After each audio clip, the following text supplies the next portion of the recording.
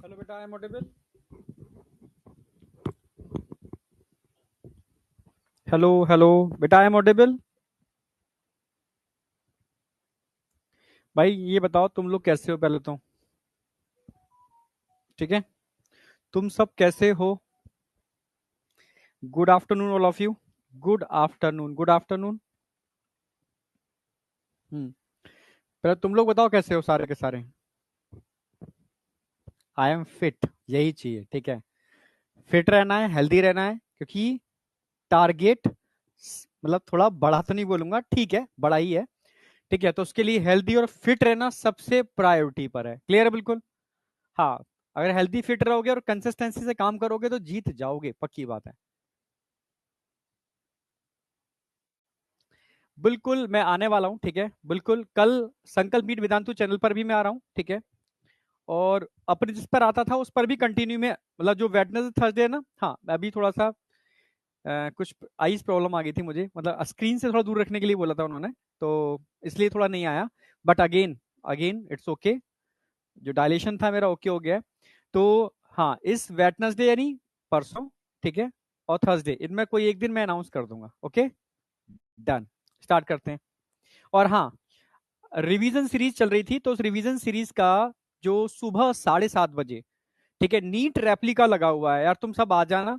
45 question हैं, बता दूं मैं आपको कैसे किस तरीके से कर रहे हैं, सुबह 7:30 बजे। हाँ, थोड़ा अर्ली है, कई बच्चों के लिए अर्ली नहीं है, बट कई बच्चों के लिए अर्ली है। ठीक है, 7:30 बजे मैं 45 क्वेश्चन 30 मिनट में कराऊंगा, एग्जैक्ट टाइम के अंदर।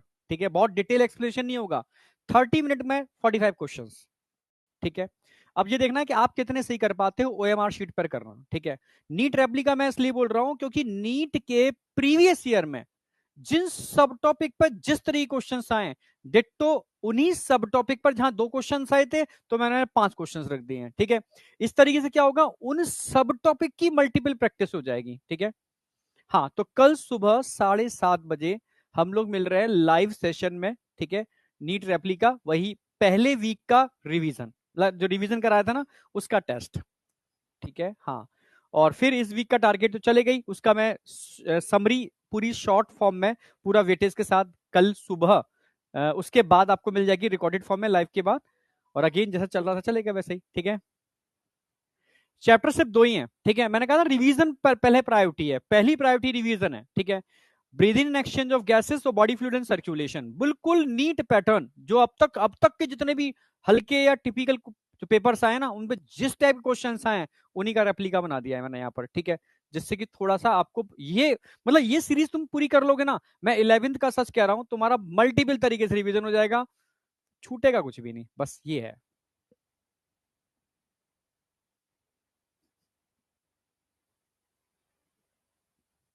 चलो ठीक है, ओके डन, कांटेक्ट में रहूंगा तुमसे। ठीक है, आगे बढ़ रहा हूं मैं। तो आज का टारगेट, अच्छा आज चैप्टर एंड हो जाएगा मोस्ट प्रोबेबली, मतलब एंड ही है, आज एंड कर देंगे। ठीक है, क्योंकि छोटा पार्ट 15-20 मिनट का छोड़ेंगे नहीं, क्योंकि ड्रग्स एक कंसिस्टेंसी में होगा, क्योंकि एड्स में बहुत टाइम नहीं लगता। तो एड्स कराऊंगा पहले मैं, और फिर ड्रग्स करा करके मैं एंड कर दूंगा। पहले रिवीजन कराऊंगा। लास्ट मैंने जो आपको टॉपिक कराया था वो था कैंसर, और मतलब अपने में ही बहुत, मतलब सुनने में भी डर लगता है इस नाम को। ठीक है, हाँ तो, हाँ बेटा,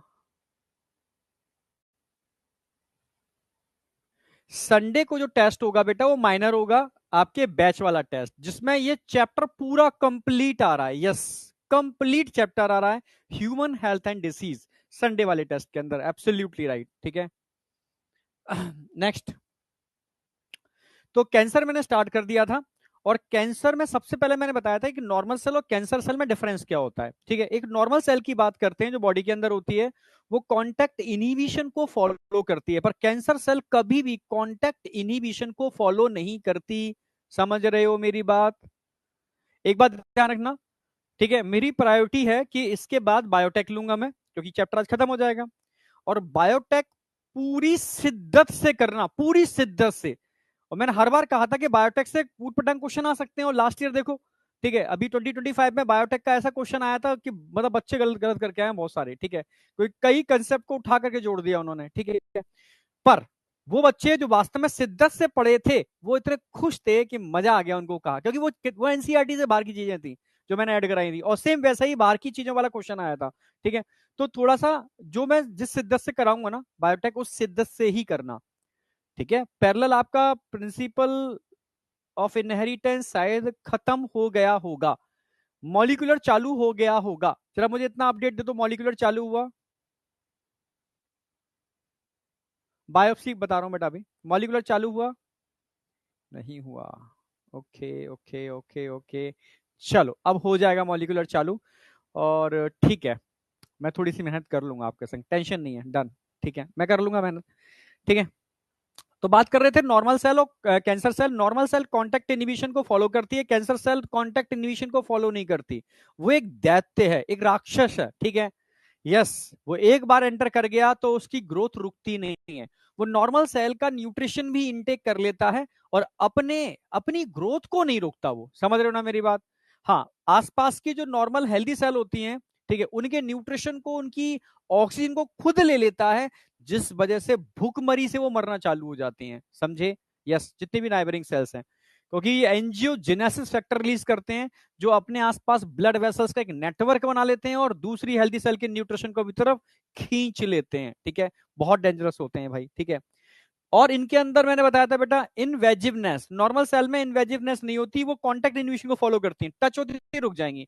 पर ये इतनी दुष्ट हैं, इनवेजिवनेस शो करती हैं। इनवेजिवनेस का मतलब है एक सेल इन्वेजिव हो जाएगी, दूसरी सेल के अंदर घुस जाएगी, मतलब धक्का देके निकल जाएगी। जैसे मानो भीड़ है, भीड़ में एक इंसान सभ्यता से खड़ा हुआ है, सभ्यता से का मतलब जगह है, तो जगह में आगे फिट हो गया, बस वो ना आगे जाएगा ना पीछे जाएगा, उस गैप में अपने को फिल कर दिया उसने, भीड़ थी वो। पर एक दुष्ट इंसान, वो पहले गैप में एंटर करेगा और गैप में एंटर करके इसको धक्का मारेगा, उसको धक्का मारेगा, फिर इसको धक्का मारेगा। नहीं आया क्या? इनवेजिवनेस, सबको धकेलता हुआ वो खुद आगे बढ़ेगा, मतलब उसको आगे बढ़ना है, चाहे सारी सेल मारी जाए। वो कैंसर है, समझना मेरी बात, दुष्ट है, घातक है वो। ठीक है, सेम यही चीज फॉलो करती है कैंसर सेल, इसको कहते हैं इनवेजिवनेस। ये पेनिट्रेट कर जाती है, दूसरी सेल को हटा देती हैं, खुद उसकी जगह रिप्लेस कर जाती हैं। ठीक है, तीसरा बड़ा इंपॉर्टेंट, जो इतने सभ्य सेल हैं हमारी बॉडी के जो कॉन्टेक्ट इनहिबिशन को फॉलो करते हैं, इनवेजिवनेस जैसा गंदा, ठीक है, दुष्टता वाला काम नहीं करते, पर ये मोर्टल होते हैं, क्योंकि भगवान अच्छे लोगों को, समझ रहे हो, हाँ, बहुत जल्दी बुला लेता है, आपको पता है ना। हाँ, तो इसलिए इनमें भी मोर्टेलिटी होती है, पर ये राक्षस हैं। ठीक है, इमोर्टल हैं, राक्षस हैं, क्योंकि आपको पता है जितने भी राक्षस हैं, ठीक है, इनको अमरता का वरदान मिल गया है। ठीक है, और दुष्ट है। ठीक है, तो समझ रहे हो ना मेरी बात, ये भाई सरवाइव करते हैं, ये सबका खाना छीन लेंगे पर सरवाइव करेंगे। इनमें इमोर्टेलिटी होती है, अमरता आ जाती है, क्योंकि एक बताया था मैंने, एक जीन था। ठीक है, हाँ, एक एंजाइम को बनाने वाला जीन, यस, रिवर्स ट्रांसक्रिप्टेज, नहीं नहीं सॉरी, वो तो वही आज पढ़ाऊंगा। ठीक है, टीलोमरेज। तो टीलोमरेज जो एंजाइम था बेटा, ये एक्चुअल में मैंने बताया था नॉर्मल सेल की क्रोमोसोम के टर्मिनल एंड पर कुछ सीक्वेंस होते हैं, इनको टीलोमर सीक्वेंस कहते हैं। नॉर्मल सेल के अंदर टीलोमरेज एंजाइम सप्रेस होता है, ये एक्सप्रेस ही नहीं करता जीन। ठीक है, और ये टीलोमर सीक्वेंस हर डिवीजन पर रिड्यूस होते हैं, हर डिवीजन पर छोटे होते चले जाते हैं, और जिस दिन ये खत्म हो जाते हैं लगभग 50 जनरेशन के बाद सेल डीजेनरेट कर जाती है, इसको बोलते हैं apoptosis, programme cell death. Programme cell death का मतलब है, मतलब प्रॉपर प्रोग्रामिंग के साथ, प्रॉपर समय पूरा हो जाने के बाद उसकी जो डेथ होती है वो प्रोग्राम सेल डेथ होती है। प्रॉपर तरीके से उसमें मैकेनिज्म होता है सेल डेथ का। सेल अपने अंदर, ठीक है, कह सकते हो फैगोसोम्स को एक्टिवेट करती है, लाइसोसोम्स को एक्टिवेट करती है, और वो फैगोसोम्स अपनी ही खुद सेल को खुद खाना चालू कर देते हैं, जिससे कि कहीं ऐसा ना हो कि उसके खत्म होने के बाद आसपास के एटमॉस्फेयर में कोई गंदगी रह जाए, यानी खुद ही वो अपने को डाइजेस्ट कर लेते हैं। ठीक है, तो एक अल्टीमेट मैकेनिज्म है, इसको प्रोग्राम सेल डेथ कहते हैं। ये नॉर्मल सेल में मिलती है, पर ये राक्षस, इन्होंने क्या काम किया, जो जीन था टीलोमरेज, जो इसको अमृत का प्याला कहते हैं, उस टीलोमरेज को उन्होंने, ठीक है, मतलब तंत्र मंत्र सब चीजें लगा करके एक्टिवेट कर लिया, बस, क्योंकि राक्षस है भाई, इनको एक्टिवेट करना है, इनको प्रकृति को इम्बेलेंस करना है, ये प्रकृति को फॉलो करते हैं, क्योंकि भी आए हैं जाना तो है ही। ठीक है, तो भाई इन्होंने क्या काम कर लिया, उस एंजाइम को एक्टिवेट कर लिया, और एंजाइम को एक्टिवेट करके अमर हो गए। क्यों? क्योंकि हर डिवीजन के बाद जैसे ही टीलोमर सीक्वेंस रिड्यूस होते हैं, ये उसको फिर से बना देते हैं, रिड्यूस होते हैं फिर से बना देते हैं, तो कभी टीलोमर सीक्वेंस खत्म ही नहीं होंगे, खत्म ही नहीं होंगे तो अमर हो गए ना भाई। ठीक है, समझे, ये अमरता का वरदान लेकर के आए हैं। तो ये बहुत दुष्ट है कैंसर सेल, समझ में आ गया होगा। फिर मैंने बताया था एक सेल कैसे डिवीजन करती है। भाई एक एनसीईआरटी ने टर्म दिया है प्रोटो ऑन्कोजीन और ऑन्कोजीन। ऑन्को मतलब होता है कैंसर, ठीक है।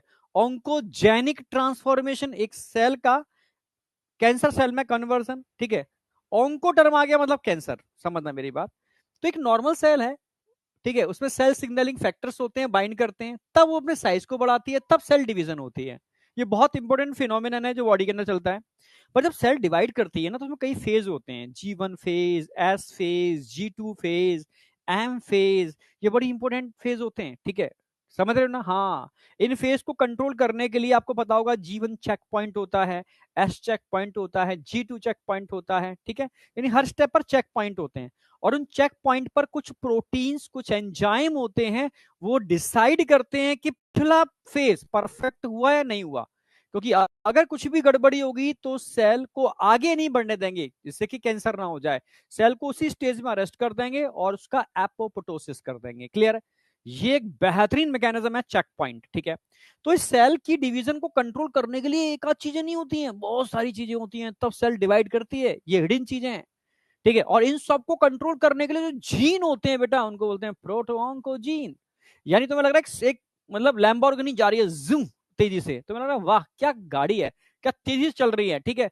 पर नहीं पता, जब तेज चलती है ना, तो उसके पीछे बहुत सारी चीजें हैं। उसमें ब्रेकर्स हैं, उसमें ब्रेक लगे हुए हैं, उसमें एक्सीलेटर है, उसमें हैंड ब्रेक है, उसमें क्लिच है, उसमें स्टीयरिंग है, ये सब कंट्रोल कर रहे हैं उस गाड़ी को, तब स्मूथली वो चल रही है। क्लियर है बिल्कुल?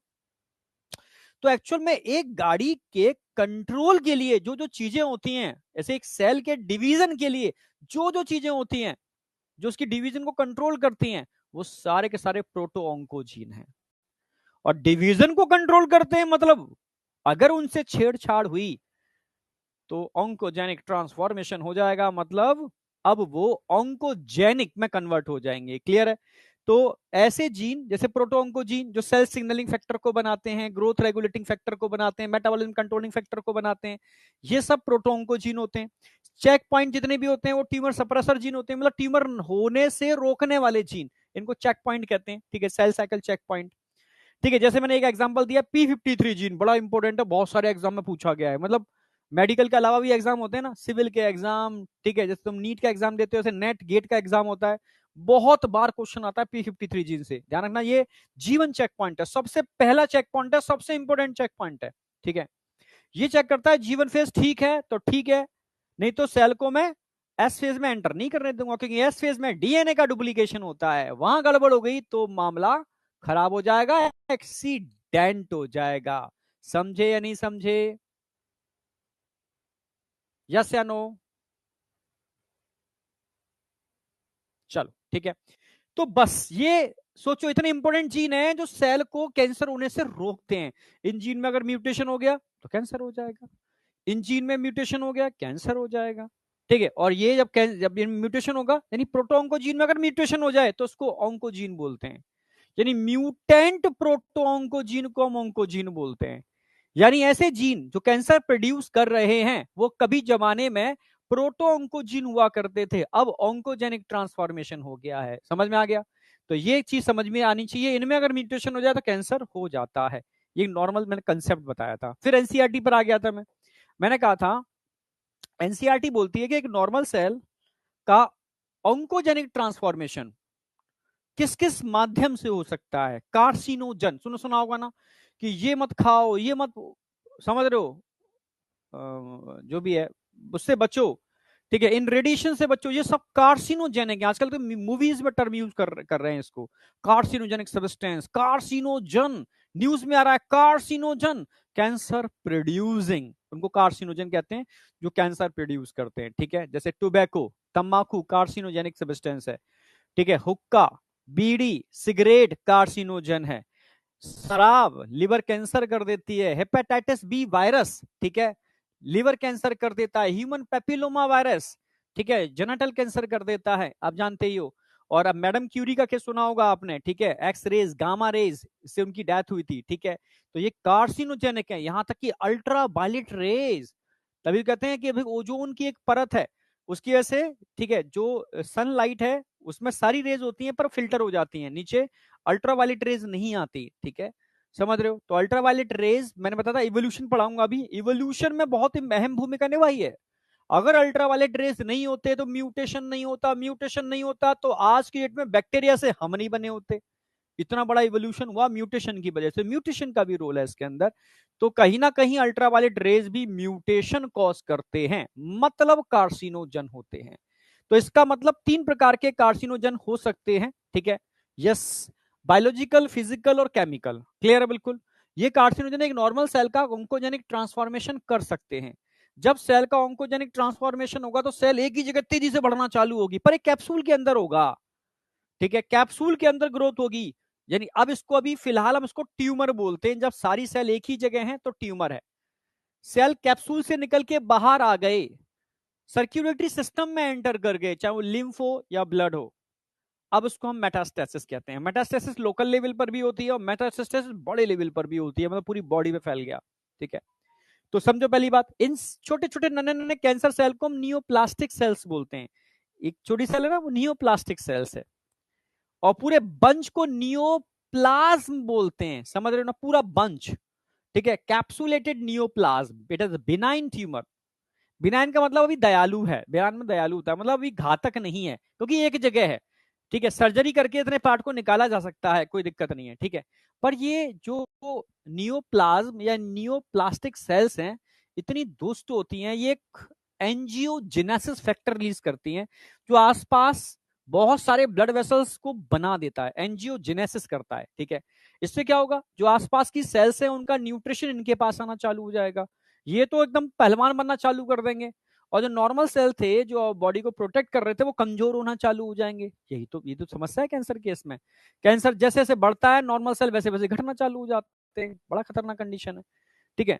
तो मैंने बताया था, रिलीज एंजियोजेनेसिस फैक्टर जो इंक्रीज कर देते हैं blood vessels number around tumour, increase blood supply, oxygen and nutrition towards cancer cell, समझे। जबकि कैंसर को मारने का मतलब कहा जाए सब कुछ अपने बॉडी में ही है, ठीक है, बस 2 चीजें हैं जिस पर आपका बस नहीं है। एक तो, ठीक है, कोई वायरस का इन्फेक्शन हो जाए वो कैंसर कॉज कर सकता है, बताया मैंने आपको। दूसरा मैंने आपको बताया, ठीक है, जेनेटिकली हो, उस पर आपका कंट्रोल नहीं है। तीसरा, जो भी चीजें उस पर आपका कंट्रोल है, जैसे फूड क्या क्या खा रहे हो, कार्सिनोनिक फूड आप इनटेक कम से कम करो, ठीक है, जो आप कर सकते हो, डिब्बे बंद फूड मत खाओ, ठीक है। जितने भी सब्जियों पर पेस्टिसाइड डल रहे हैं, कोशिश करो उसको आयोडीन सॉल्यूशन या तमाम तरह की चीजें आती हैं, या उनसे साफ करके या प्रॉपर तरीके से क्लीन करके खाओ, मतलब बहुत अच्छे से क्लीनिंग हो जानी चाहिए, तब उसको इनटेक करो। फ्रूट्स को तभी इनटेक करो, ठीक है। कोशिश करो इन चीजों को, कोशिश करो आपकी डाइट में एंटी इन्फ्लामेटरी होने चाहिए, इन्फ्लामेटरी फूड मत खाओ, इन्फ्लामेटरी फूड आपकी डाइट में नहीं होना चाहिए, ठीक है, यस। गेहूं में जैसे आज, जैसे मैं एक दिन बात चल रही थी, ठीक है, मेरे घर में ही बात चल रही थी, ठीक है, तो जो अपने बड़े बुजुर्ग हैं, सब लोग हैं, गेहूं तो वो भी खाते रहे हैं, ठीक है। अगर मैं किसी से कहूंगा गेहूं मत खाओ तो किसी को बुरा सा लगेगा ना, यार गेहूं की क्यों मना कर रहे हो, गेहूं तो सब लोग खाएं और खूब 80 साल, 90 साल, 100 साल जिए, ठीक है, बात सही है, ठीक है। उस समय पॉपुलेशन इतनी नहीं हुआ करती थी, जो गेहूं होता था, 2 कारण थे। उस समय के लोग मतलब मेहनती थे, ठीक है, शुद्ध हवा और शुद्ध पानी, ठीक है, उनको मिलता था और मेहनत बहुत करते थे, ठीक है। और उस समय जो गेहूं होता था वो जीएम नहीं था, जेनेटिकली मॉडिफाइड नहीं था, बायोटेक पढ़ाने वाला हूं, ठीक है। आज की डेट में तुम्हें पता ही नहीं है, इतनी सारी मतलब ब्रीड है जो जेनेटिकली मॉडिफाइड है। जेनेटिकली मॉडिफाइड का मतलब जिनके जीन के संग हमने छेड़छाड़ की है, क्यों, क्योंकि पॉपुलेशन तेजी से बढ़ रही है, और आप देख रहे हो लोग खेती करना नहीं चाहते, खाना सबको चाहिए, तो कहां से आएगा, समझ रहे हो ना। तो वही छेड़छाड़ हो गई। तो जेनेटिकली मॉडिफाइड आप गेहूं खा रहे हो, ठीक है, यस, व्हीट जो खा रहे हो जेनेटिकली मॉडिफाइड है, जिसमें ग्लूटिन बहुत ज्यादा होता है, और ग्लूटिन जो होता है बेटा वो इन्फ्लामेटरी है, इन्फ्लामेशन समझते हो, कैंसर सेल एक ऐसे सेल इन्फ्लामेशन कॉज करते हैं, तो एक ऐसा फूड जो इन्फ्लामेशन कॉज करता है तो कैंसर सेल का दोस्त हो गया ना वो। तो ऐसा कोई भी फूड जो इन्फ्लामेशन कॉज करता है वो आपकी डाइट में कम से कम होना चाहिए, नहीं होना चाहिए, ठीक है। हाँ, तो ये थोड़ा ध्यान आपको, थोड़ी अवेयरनेस जरूरी है कि यार क्या करना है क्या नहीं करना, ठीक है। नॉर्मल जिंदगी जियो, मस्ती से जियो, ठीक है, मैं ये नहीं कह रहा, ठीक है। 6 दिन थोड़ा आप डाइट को फॉलो करो, एक दिन थोड़ा मस्ती वाली डाइट भी कर लो, कोई दिक्कत नहीं है, क्योंकि बॉडी के इम्यून सिस्टम को हमें मेंटेन करना है। ठीक है, अगर बॉडी का इम्यून सिस्टम मेंटेन है, उसके लिए आपका डाइट, थोड़ी सी लाइफ स्टाइल ये थोड़ी चेंज करनी है। ठीक है, समझ रहे हो? हाँ, दूध ध्यान रखना, कैंसर सेल को, कोई भी एनिमल प्रोटीन, मैं दूध की बात नहीं कर रहा, कोई भी एनिमल प्रोटीन, ठीक है, चाहे वो मीट हो, मिल्क हो, एग हो, ये कैंसर को बढ़ावा देते हैं, बढ़ाते हैं। ठीक है, और जितने भी हर्बल प्रोटीन्स होते हैं या हर्ब्स होते हैं, ठीक है, ये कैंसर को मारने का काम करते हैं। ठीक है, तो आसपास अगर कोई ऐसी केस आपको नजर आए, कोई आपसे पूछना चाहे तो बताओ कि कैंसर को बचाना है या कैंसर से पेशेंट को बचाना है, तो हर्बल चीजें उसकी डाइट में इंक्लूड कर दो। ठीक है, ज्यादा से ज्यादा, और एनिमल प्रोटीन एकदम डाइट कट कर दो, उसकी शुगर कट कर दो। ठीक है, यस, तो ये मतलब सबसे बेस्ट ट्रीटमेंट है आज के डेट में। ठीक है, क्योंकि वैसे तो ट्रीटमेंट जो मैं बताने वाला हूं, यहाँ वो ट्रीटमेंट कोई खास काम नहीं कर रहा। ठीक है भाई, एक तो आप क्या करोगे, सबसे पहले बायोप्सी करोगे पहचानने के लिए कि कैंसर कौन सा है। बायोप्सी का मतलब है आपने इस कैप्सूल को कट किया, कट करके एक पार्ट निकाल लिया, तो आपने कैंसर को तो स्प्रेड पहले ही कर दिया। ठीक है, आयुर्वेदा कहता है कि कभी बायोप्सी नहीं करनी चाहिए, पर मेडिकल साइंस कहती है कि पहला स्टेप ही बायोप्सी है, प्रोटोकॉल में पहला स्टेप बायोप्सी है। बायोप्सी नहीं करोगे तो आगे का ट्रीटमेंट ही नहीं होगा। अगर मेडिकल लाइन में आप जाओगे, डॉक्टर कहेगा कि पहले आप क्या काम करो, हाँ, बायोप्सी करा के आओ। ठीक है, बायोप्सी में टेक्निक क्या होती है कि कैंसर जहां भी होगा उसके एक पार्ट को कट करके उसकी प्रॉपर एनालिसिस होगी, कौन सा कैंसर है, किस टाइप का ट्रीटमेंट करना चाहिए। जबकि ट्रीटमेंट गिने चुने वही तीन तीन चार ट्रीटमेंट है, पर वो प्रोटोकॉल है। ठीक, क्या करें उनका, वो अपना फॉलो ही करते हैं प्रोटोकॉल। ठीक है, तो मतलब वो इस प्रोटोकॉल को फॉलो करते हैं, पर आयुर्वेदा कहता है, ठीक है, नेचुरोपैथी कहती है कि आपको बायोप्सी नहीं करनी। दोनों का अलग अलग फंडा है। नेचुरोपैथी कहती है कि नेचर के थ्रू कैंसर सही हो सकता है, जबकि डॉक्टर कहते हैं कि हम कैंसर को डायरेक्ट मारेंगे। कैसे? पहले बायोप्सी करके पता करेंगे कैंसर कौन सा है, फिर यहां पर हम क्या करेंगे, इसको रेडिएशन देंगे, रेडिएशन से मारेंगे कैंसर को। ठीक है, फिर हम इम्यूनोथेरेपी देंगे, फिर कीमोथेरेपी देंगे, या कॉम्बिनेशन देंगे इन सबका। ठीक है, हम इस तरीके से मारेंगे। ठीक है, ये इनका फंडा है। ठीक है, इस पर मतलब समझ रहे हो, सक्सेस फंडा नहीं है, क्योंकि कैंसर सेल बहुत एग्रेसिव होती हैं। कभी कभी इनको जब मारते हो तो और एग्रेसिव हो जाती हैं। ठीक है, कभी कभी स्प्रेड कर जाती हैं, पता नहीं चलता कहाँ बॉडी के कोने में छुपी बैठी है। ठीक है, और कब वो एक्टिवेट हो, तो ये दिक्कतें हैं बहुत सारी, तो बहुत अच्छी ट्रीटमेंट नहीं है। इम्यूनोथेरेपी लोग कह रहे हैं कि इम्यूनोथेरेपी मतलब वंडर थेरेपी है, पर वो उसका सक्सेस रेट मैं बताऊं ना, अभी 2 से 5% है मात्र।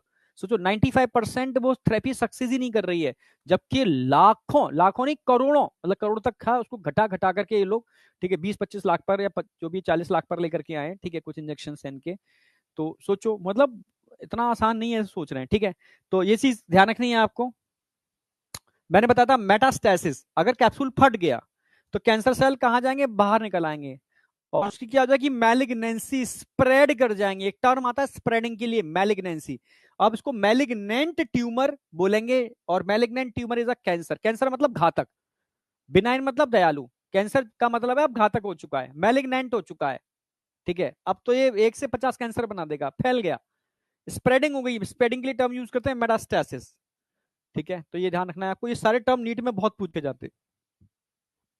Types of cancer, carcinoma, sarcoma, lymphoma, ये बता चुका था, मोस्टली ठीक है, बहुत घातक होता है, सबसे खतरनाक कार्सिनोमा होता है, ध्यान रखना, और सबसे ज्यादा भी यही होता है, एक्टोडर्मल टिश्यू के अंदर अनकंट्रोल ग्रोथ होना।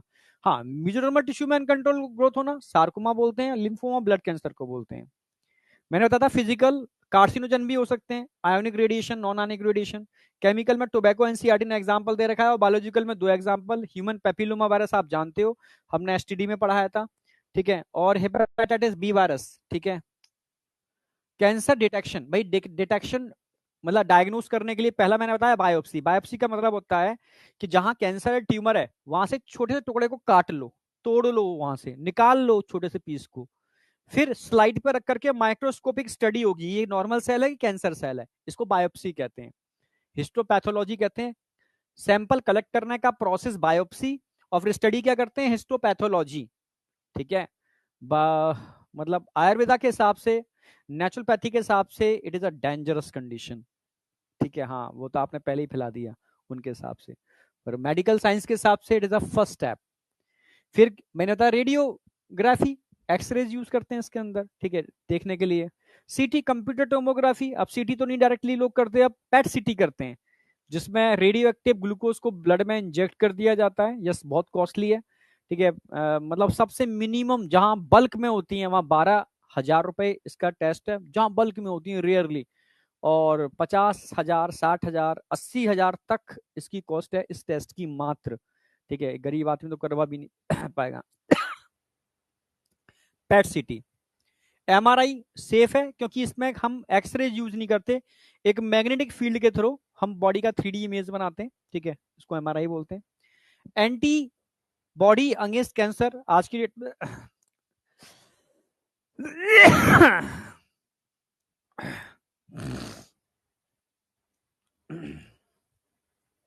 आज की डेट में कुछ ऐसे एंटीबॉडी आ गए हैं जो कैंसर सेल की सरफेस पे खास टाइप के प्रोटीन्स होते हैं, उनको आइडेंटिफाई करके उनसे बाइंड करके डायग्नोसिस में हेल्प करते हैं।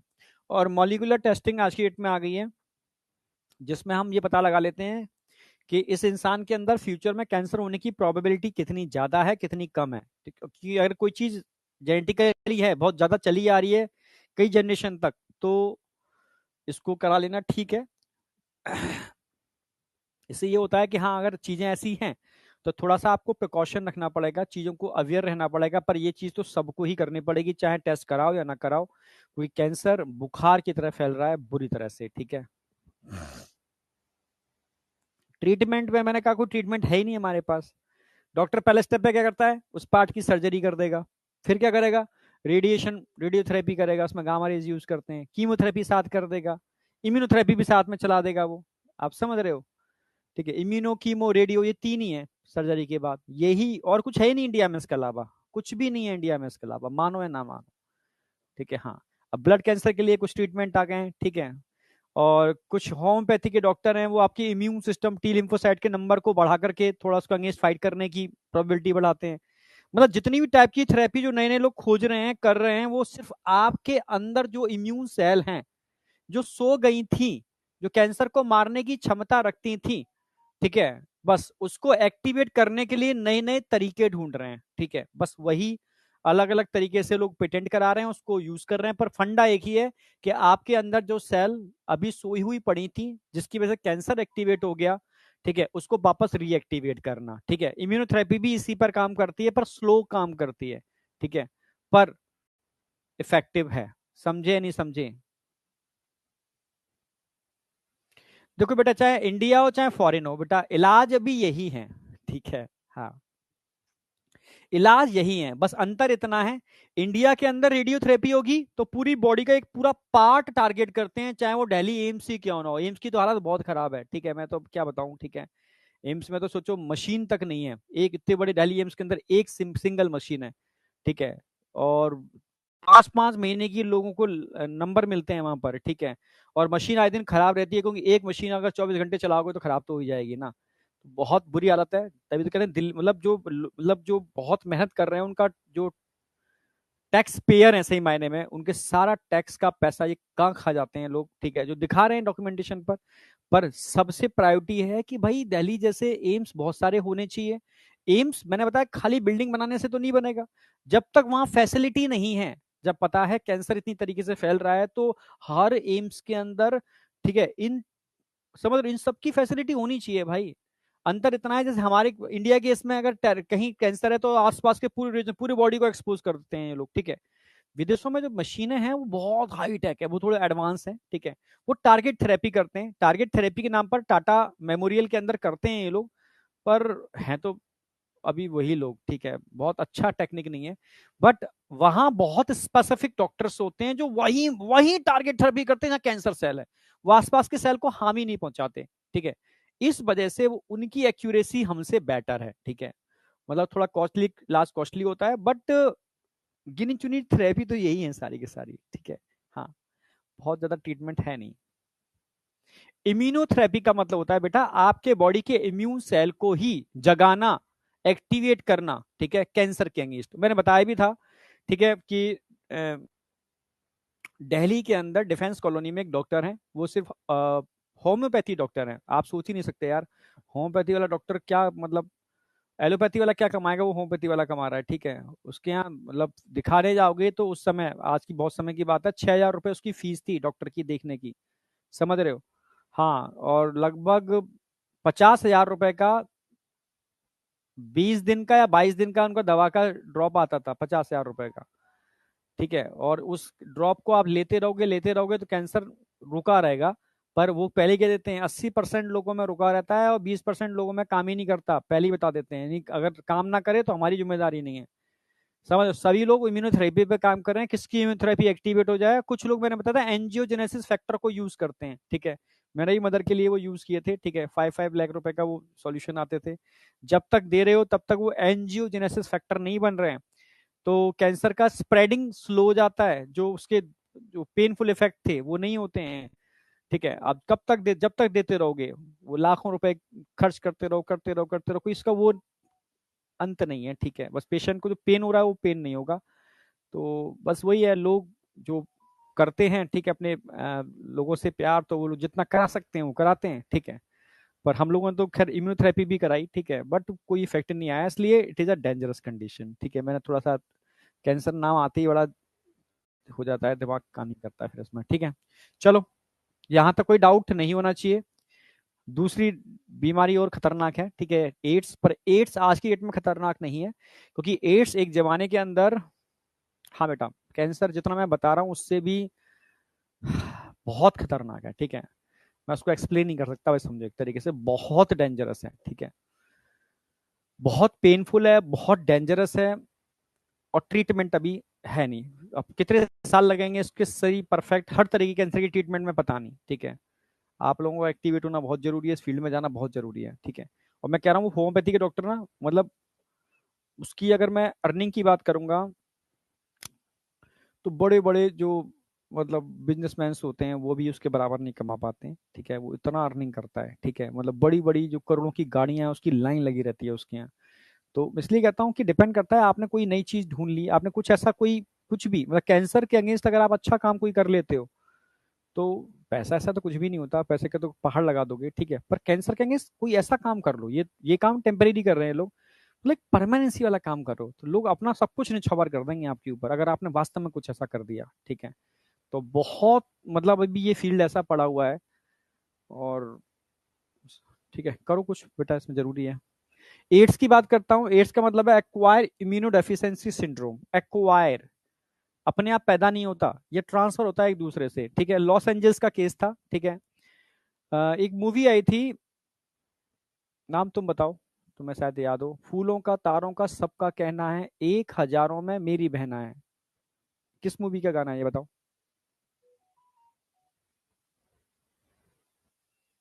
देखो किसी को आता है क्या? दम मारो दम। अरे सीरियल नहीं था, मूवी थी। ठीक है, किस मूवी का गाना है बताओ? उसमें गाना एक और था उसमें। ठीक है, दम मारो दम मिट जाएंगे गम। देवानंद उसका हीरो था।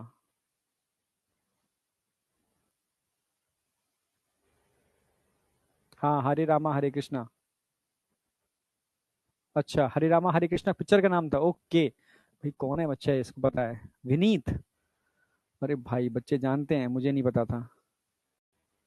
गौरव, पहले गौरव ने बताया फिर विनीत ने बताया, बहुत सही। हाँ गौरव बेटा, देख लिया, तेरा पहले तूने स्पेलिंग थोड़ी गलत लिख दी थी। गौरव और विनीत, इनने भाई बहुत बढ़िया बात है। ठीक है, ये लोग मूवी वूवी देख लेते हैं। ठीक है, एक मूवी थी हरे रामा हरे कृष्णा, तो उस मूवी में यही दिखाया है कि लोग मतलब पूरा ड्रग्स लेते थे, और कैसे इंजेक्शन के थ्रू ड्रग्स वो एडिक्ट, मतलब इंजेक्शन में भरा, जैसे बताऊंगा अभी, ड्रग्स के अंदर हल्का मैंने पंच किया, उसको ट्रांसफर किया, उसको ट्रांसफर किया, उसको ट्रांसफर किया, इस तरीके से वो मतलब चलता है। ठीक है, यस, दम मारो दम मिट जाएंगे गम। ठीक है, हाँ। तो सेम ऐसा ही लॉस एंजल्स का केस था, सारे होमोसेक्सुअल वहां पर थे, सारे के सारे वो एक सिरिंज के अंदर लाइक ड्रग्स कोकेन, ठीक है, लाइक जिस तरह चीजें होती है ना, हाँ, पढ़ाने वाला हूँ। ठीक है, उसको इंजेक्शन में उसका बहुत मतलब डाइल्यूट सॉल्यूशन तैयार करते हैं, इंजेक्शन भर के डायरेक्टली उसको क्या करते हैं, ब्लड में इंजेक्ट करते हैं। ठीक है, और सभी उसी इंजेक्शन को रोटेट करते हैं, तो एक को अगर इन्फेक्शन होगा तो सबको हो जाएगा ऑटोमेटिकली। तो बस ऐसे ही एक पूरा ग्रुप था, दम मारो दम। ठीक है, ड्रग एडिक्ट था, इंजेक्शन के थ्रू वो ड्रग्स लिया करते थे। ठीक है, उन सब के अंदर उनका इम्यून सिस्टम कमजोर होने लगा। ठीक है, डॉक्टरों ने चेकअप किया भाई इन सबका इम्यून सिस्टम कमजोर क्यों हो रहा है, देखा कि उनके लंग्स के अंदर एक फंगस मिली, कपोसी सार्कोमा, ठीक है। हाँ, तो मतलब वो फंगस कैंसर, मतलब ऐसा लग रहा था कि मतलब वो कैंसर प्रोड्यूस करने वाली फंगस थी एक तरीके से, ठीक है। तो लोगों को लगा इसकी वजह से इम्यून सिस्टम वीक हो रहा है, जबकि बाद में जब स्टडी हुई कि एक वायरस का इन्फेक्शन था जिसकी वजह से इम्यून सिस्टम डिक्रीज हो गया था और उस फंगस का ग्रोथ लोगों के अंदर पाई गई, ठीक है। क्योंकि बहुत सारी चीजें ऐसी होती हैं जो अपॉर्चुनिटी का फायदा उठाते हैं, जैसे अपॉर्चुनिटी समझते हो ना, हाँ, कि अगर इम्यून सिस्टम कमजोर हुआ तो टूट पड़ो इस बॉडी के ऊपर, बॉडी के अंदर बैठे थे वो इंतजार कर रहे थे कि कब इस बॉडी का इम्यून सिस्टम कमजोर हो और कब हम अपनी डोमिनेंसी दिखाएं। यस, समझ रहे हो, हाँ, कब वो अपनी डोमिनेंसी दिखाएं। तो इसी को बोलते हैं दम मारो दम, मतलब सॉरी, इसी को बोलते हैं, ठीक है, अपॉर्चुनिस्टिक इन्फेक्शन, ठीक है।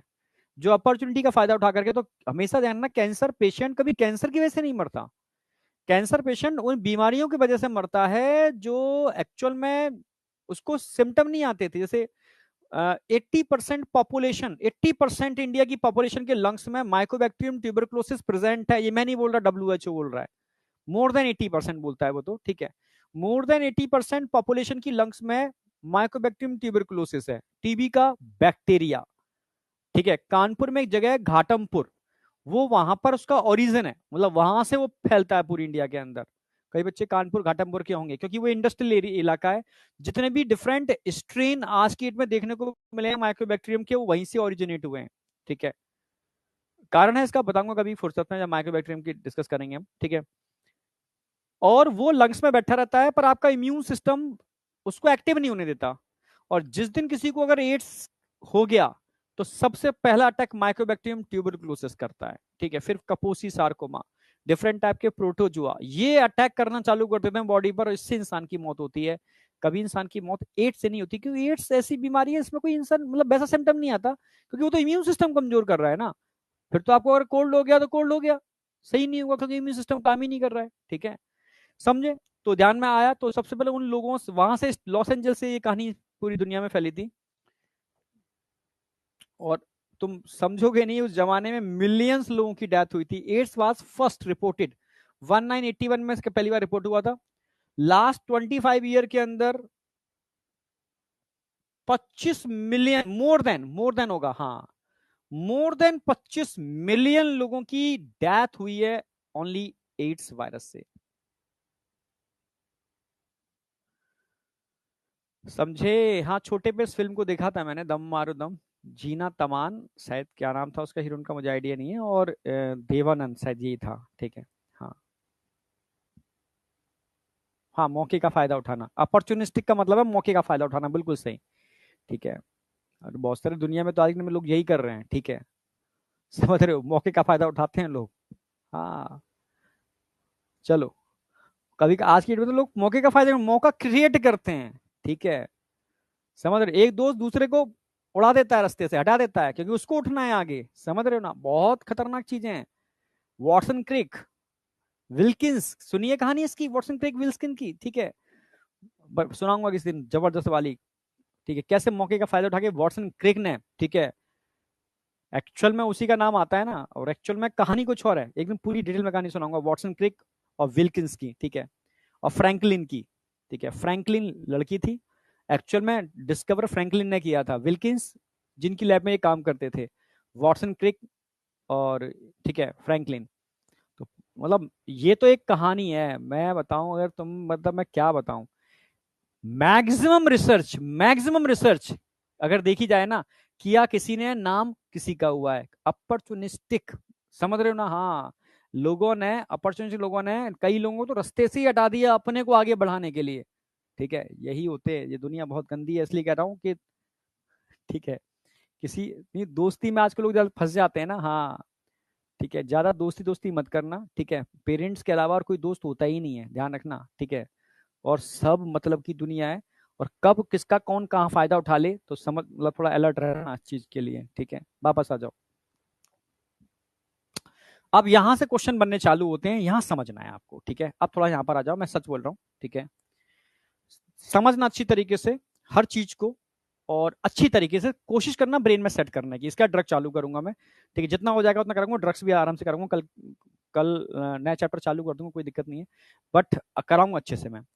अगर देखो, दो क्वेश्चन बनते हैं इसके, एक तो लाइफ साइकिल से क्वेश्चन बनता है एचआईवी की, और एक एचआईवी के स्ट्रक्चर से क्वेश्चन बनता है। ये बनते ही बनते हैं, ठीक है, क्योंकि यही दो एक तरीके से क्वेश्चन पूछे जाते हैं। अगर मैं तुमसे कहूं बेटा,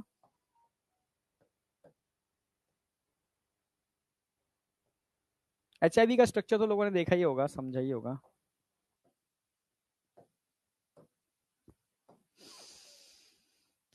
मेरे साथ ड्रॉ भी कर सकते हो, इसका एनवलप है, इसके नीचे इसकी प्लाज्मा मेम्ब्रेन दिखा देता हूं मैं।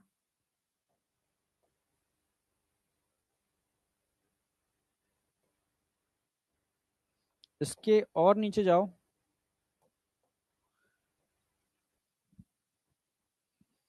ये प्लाज्मा मेम्ब्रेन, ये एनवलप हो गया। ये प्रोटीन का एक, मतलब मैं प्रोटीन के दो दिखा देता हूँ, एक क्यों एक दिखा,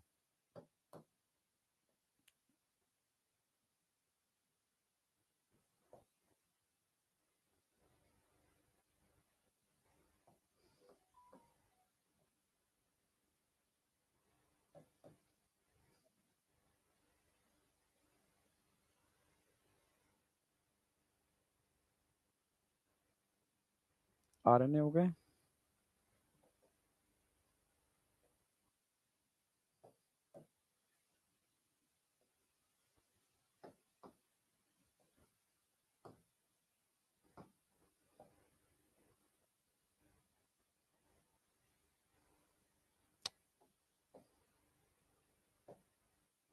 अच्छा, ये ले लेते हैं।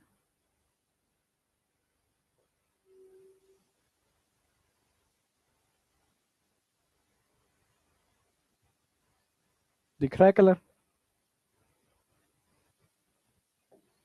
एक एंजाइम और दिखा देते हैं, येलो है, ग्रीन।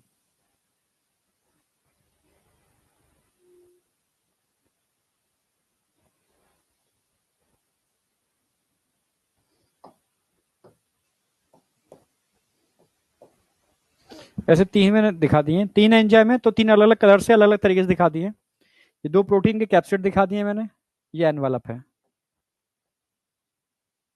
एक चीज और दिखा रहा हूं मैं इसके अंदर,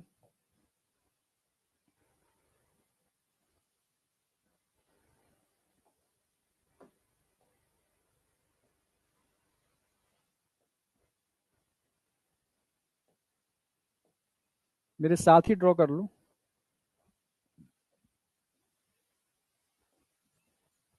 इसके छुपे हुए राज समझ में आएंगे, क्योंकि इतने सारे वायरस की हमने वैक्सीन बना ली, हम एड्स की वैक्सीन क्यों नहीं बना पा रहे हैं, मतलब एचआईवी की वैक्सीन।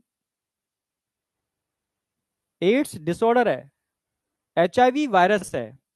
एड्स का माना है एक्वायर्ड इम्यूनो डेफिशिएंसी सिंड्रोम, ठीक है।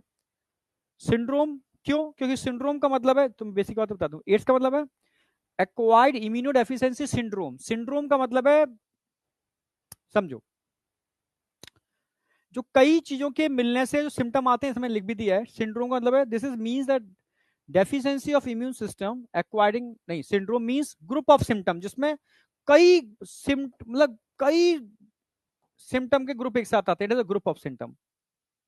क्योंकि भाई यहाँ इम्यून सिस्टम के डाउन होते ही बहुत सारी बीमारियां हो जाती हैं, तो ग्रुप ऑफ सिम्टम होते हैं, उसको सिंड्रोम बोलते हैं, ठीक है। तो एक्वायर्ड, जो एक दूसरे से एक्वायर किया जाता है, इम्यूनो डेफिशिएंसी जिसमें इम्यून सिस्टम कमजोर हो जाता है, सिंड्रोम बहुत सारे सिम्टम आते हैं एक साथ, इसको बोलते हैं, ठीक है, एड्स। और कौन कॉज करता है? HIV इम्यूनो, ठीक है, ह्यूमन इम्यूनो डेफिशिएंसी वायरस, ठीक है, yes, human immuno deficiency virus HIV cause करता है। जो कैसा वायरस है? रिट्रो वायरस है, ये पूछा जाता है। रिट्रो, रिट्रो का मतलब है आरएनए वायरस है, रिट्रो मतलब है आरएनए वायरस है, क्योंकि आरएनए से डीएनए बनाएगा। रिट्रो का मतलब क्या हो गया? आरएनए,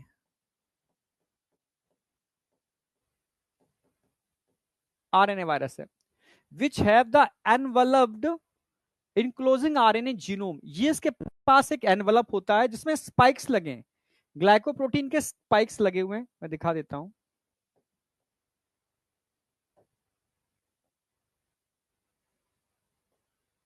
ज्यादा बड़ा हो गया।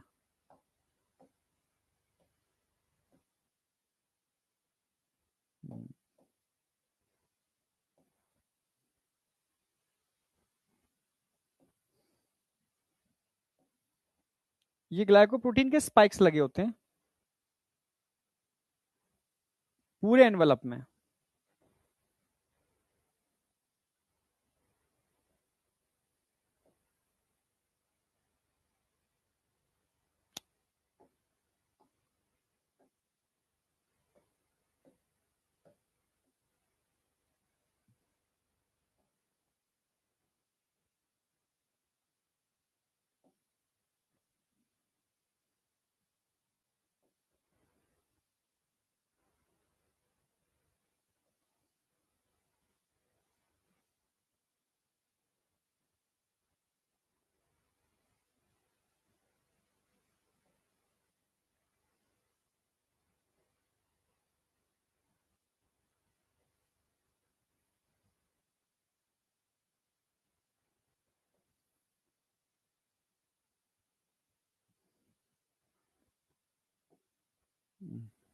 ठीक है, अच्छा एक और दिखा देता हूँ।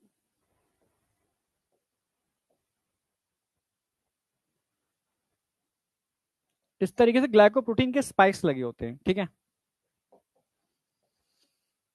ये एनवलप,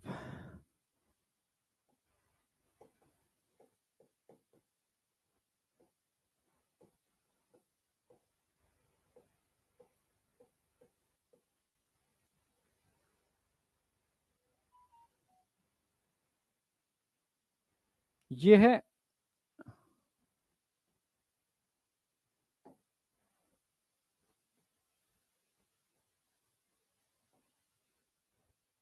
ग्लाइकोप्रोटीन और ये भी है ग्लाइकोप्रोटीन।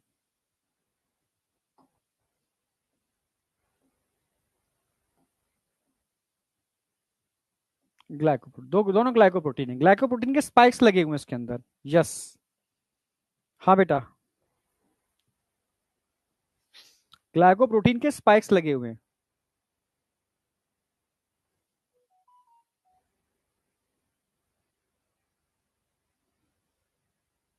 आ जाओ। अच्छा इसको हटाई दो मैं, अब एक से ही मतलब है, उससे मतलब है नहीं। इसको बोलेंगे ग्लाइकोप्रोटीन 120।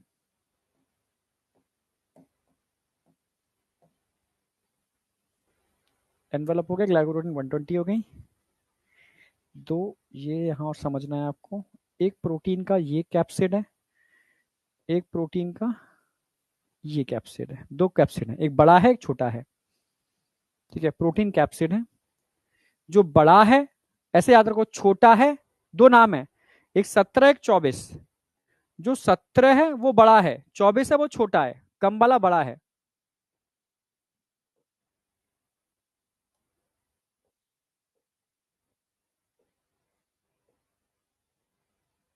P17 लिख देता हूँ, protein, protein capsid.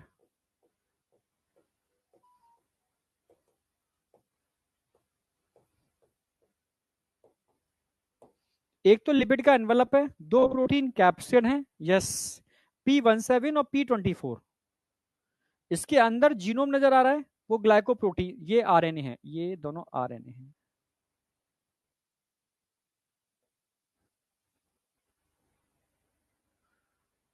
To single standard R N A. और यहां कुछ एंजाइम है, ये आपको याद रखने हैं सारे एंजाइम, मैं बोल रहा हूं एक एक करके नाम इनके। एक तो है प्रोटीएज,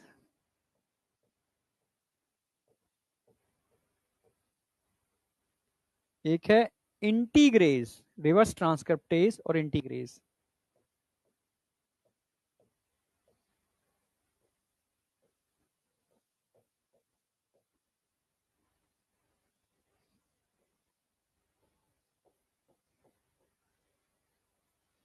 इंटीग्रेज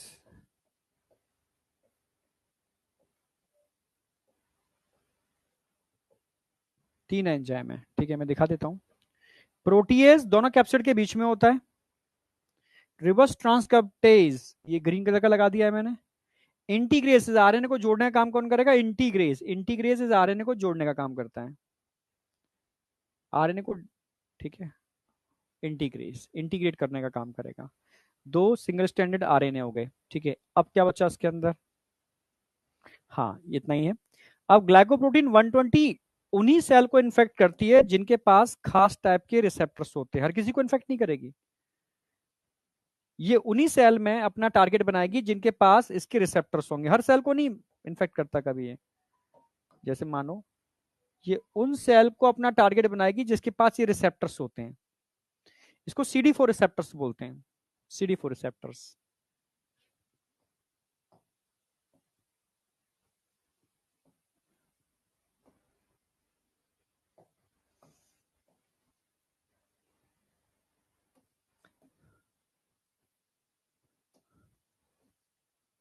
ग्लाइकोप्रोटीन 120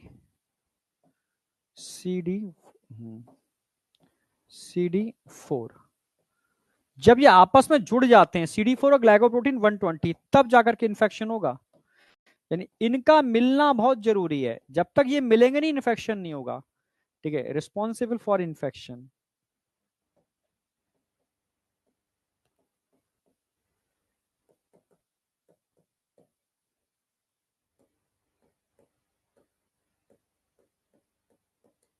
इन्फेक्शन के लिए कौन रिस्पॉन्सिबल है? ग्लाइकोप्रोटीन 120 और CD4 रिसेप्टर। जब तक ये मैच नहीं करेंगे, यानी कि आपको पता है ना, हर वायरस रिसेप्टर स्पेसिफिक होता है, ये तो आप जानते हो ना।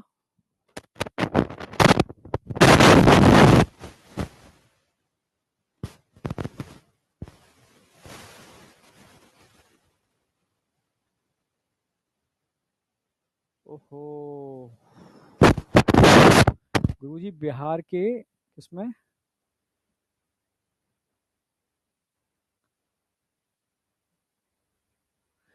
तो बिहार में बच्चा बता रहा है इंद्रजीत कुमार 7,000 से 8,000 HIV पॉजिटिव केस मिले हैं, जिसमें 400 स्कूलिंग स्टूडेंट हैं। अब आप ही देख लो कितना भयानक, मैंने बताया था ना, बच्चों के अंदर, क्योंकि वो क्यूरियोसिटी होती है ना, जो टीवी पर ऐड आ रहे हैं, आपके हाथ में मोबाइल डिवाइस है, ठीक है, तो इसकी वजह से लोग, मतलब जो कहते हैं ना हार्मोनल चेंज हो रहे हैं, तो कंट्रोल नहीं कर पा रहे हैं।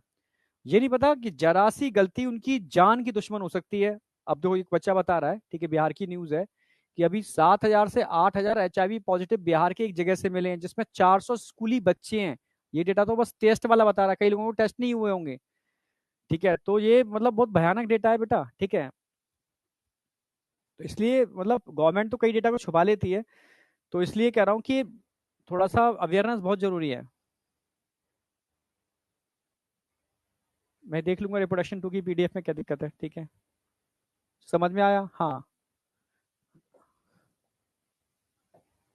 तो अब क्वेश्चन आएगा कि CD4 रिसेप्टर किन सेल्स के पास मिलते हैं? एक्रो मैक्रोफेज के पास मिलते हैं, मैक्रोफेज,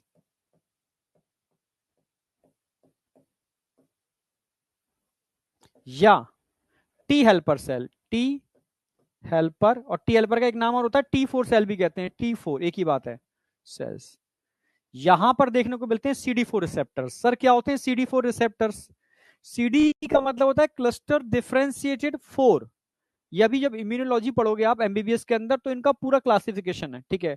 क्लस्टर डिफरेंशिएटेड 4 भी होते हैं, CD8 भी होते हैं, वो 8 क्लस्टर को डिफरेंशिएट करते हैं, ठीक है। मतलब कुछ अलग चीज है, अभी समझने की बात नहीं है। अभी तो तुम इतना याद रखो कि CD4 मॉलिक्यूल जिन सेल्स की सरफेस पर होते हैं, HIV सिर्फ उन्हीं के अंदर इन्फेक्शन करता है। जैसे गंगा जल है, गंगा जल को इतना पवित्र माना गया, क्यों? क्योंकि उसमें कीड़े नहीं पड़ते, मतलब बैक्टीरिया ग्रो नहीं करते। सर क्यों नहीं करते बैक्टीरिया ग्रो? ठीक है, सिंपल सी बात है, गंगा जल में जितनी गंदगी डालोगे वो उतना और पवित्र हो जाएगा। क्यों? जितनी गंदगी जाएगी उतना ही विडेलो विब्रियो नाम का एक मतलब उतना ही बैक्टीरिया ग्रो करेगा।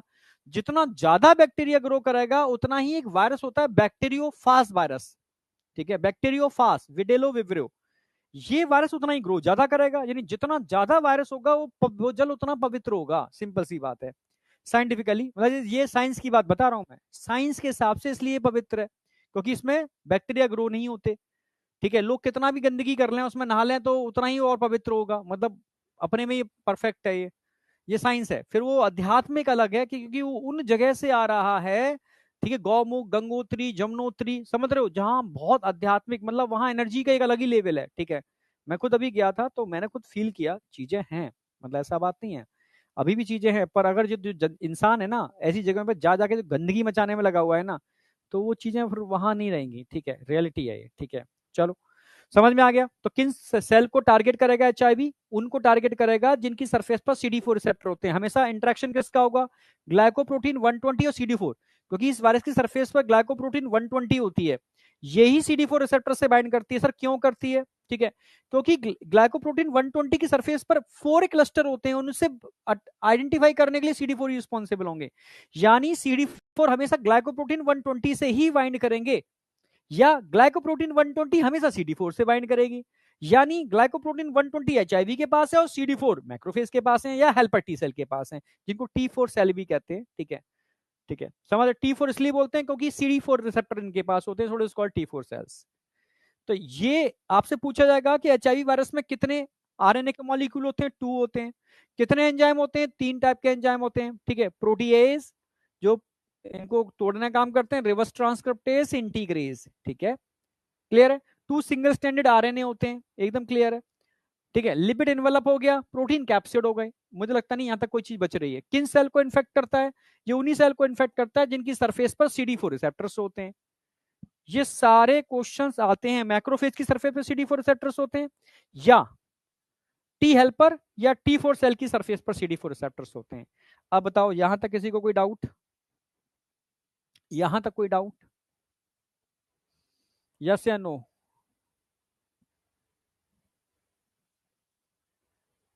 हाँ, अगर CD4 मॉडिफाइड हो जाए तो एड्स नहीं होगा बेटा। CD4 मॉडिफाई करके तुम ही खत्म हो जाओगे, क्योंकि CD4 रिसेप्टर्स हमें बचा भाई। मैक्रोफेज और टी हेल्पर सेल, ये तो दो मेन सेल है बेटा। टी हेल्पर ये पूरी इम्यूनिटी को कंट्रोल कर रही है, पूरी इम्यूनिटी को कंट्रोल कर रही है। तुम इनके CD4 को मॉडिफाई करके इनको बर्बादी कर दोगे। मैक्रोफेज जो हमें सब चीजें बचा रही है, समझ रहे? दो हमारे बहुत प्रोटेक्टिंग फी मतलब वो हैं, मतलब इनके तुमने छेड़छाड़ की तो तुम्हारा इम्यून सिस्टम गया। समझ में आया? पी मतलब protein, protein capsid, P17 P24, protein, protein capsid, P मतलब प्रोटीन है।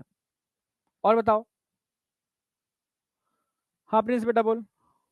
मोहम्मद सैम क्या कहना चाह रहा है बेटा? पी मतलब प्रोटीन। बेटा वैक्सीन इसलिए काम नहीं करती क्योंकि हाईली प्लूरोमॉर्फिक होता है, ठीक है। ये सरफेस एंटीजन को चेंज करता रहता है, मतलब सरफेस एंटीजन में कुछ चेंज ऐसे हो जाते हैं जिसके अगेंस्ट वैक्सीन नहीं बन पाती, ठीक है। यस, वैक्सीन एंटीजन को आइडेंटिफाई करती है, उस मॉडिफिकेशन कर लेता है।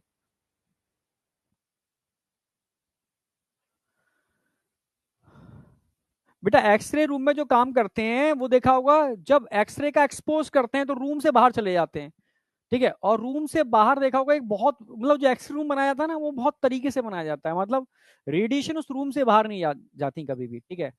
वो लोग जैसे, नहीं कई लोग होते हैं कि गार्जियन साथ में गए हैं, उनसे कहते हैं तुम रूम के बाहर रुको, जिसका एक्सरे होना है उसको अंदर जाने दो। पर कहीं देखा होगा ग्रामीण क्षेत्रों में, हम क्यों बाहर हो गए, हम भी खड़े होंगे अंदर, भाई हम भी देखेंगे क्या हो रहा है। वो समझाते हैं पर समझते नहीं है। समझ लेना चाहिए क्योंकि ये हार्मफुल रेडिएशन होते हैं, ठीक है। जिस एक तो मजबूरी है उसकी, भाई जिसको कराना ही हड्डी टूटी है उसकी, ठीक है। बट जिसको नहीं कराना वो फ्री में क्यों एक्सपोज ले रहा है उसका, उसको बाहर रहना चाहिए रूम से, ठीक है। यहां तक कोई डाउट नहीं है, मैं आगे बढ़ रहा हूँ। ये जनरल पॉइंट्स है। ट्रांसमिशन ऑफ एचआईवी इन्फेक्शन कैसे होता है? Transmission of HIV infection generally occur by, ये नीट में क्वेश्चन आ जाते हैं, अप्लाइड क्वेश्चन है इसलिए, ठीक है। Sexual contact with infected person by transfusion of contaminated blood and, एक जमाना था जब खून की कमी होती थी तो झोला छाप ब्लड बैंक थी बहुत, वो कोई टेस्ट नहीं करती थी और बस ऑथेंटिकेशन दे देती थी। और एड्स भी बहुत फैल रहा था, तो लोग ब्लड डोनेट करते थे, तो जब वो ब्लड चढ़ाया जाता था दूसरों को तो उनको भी एड्स हो जाता था, ठीक है। तो ब्लड ट्रांसफ्यूजन के दौरान भी बहुत घटनाएं हुई हैं, ठीक है। फिर इसको टाइट किया गवर्नमेंट ने by sharing infected needle in the case of, ठीक है, इंट्रावेनस ड्रग एब्यूज, दम मारो दम, ठीक है। यस, समझ रहे हो? हरे रामा हरे कृष्णा, देखो नाम कितना अच्छा रखा गया है, ठीक है।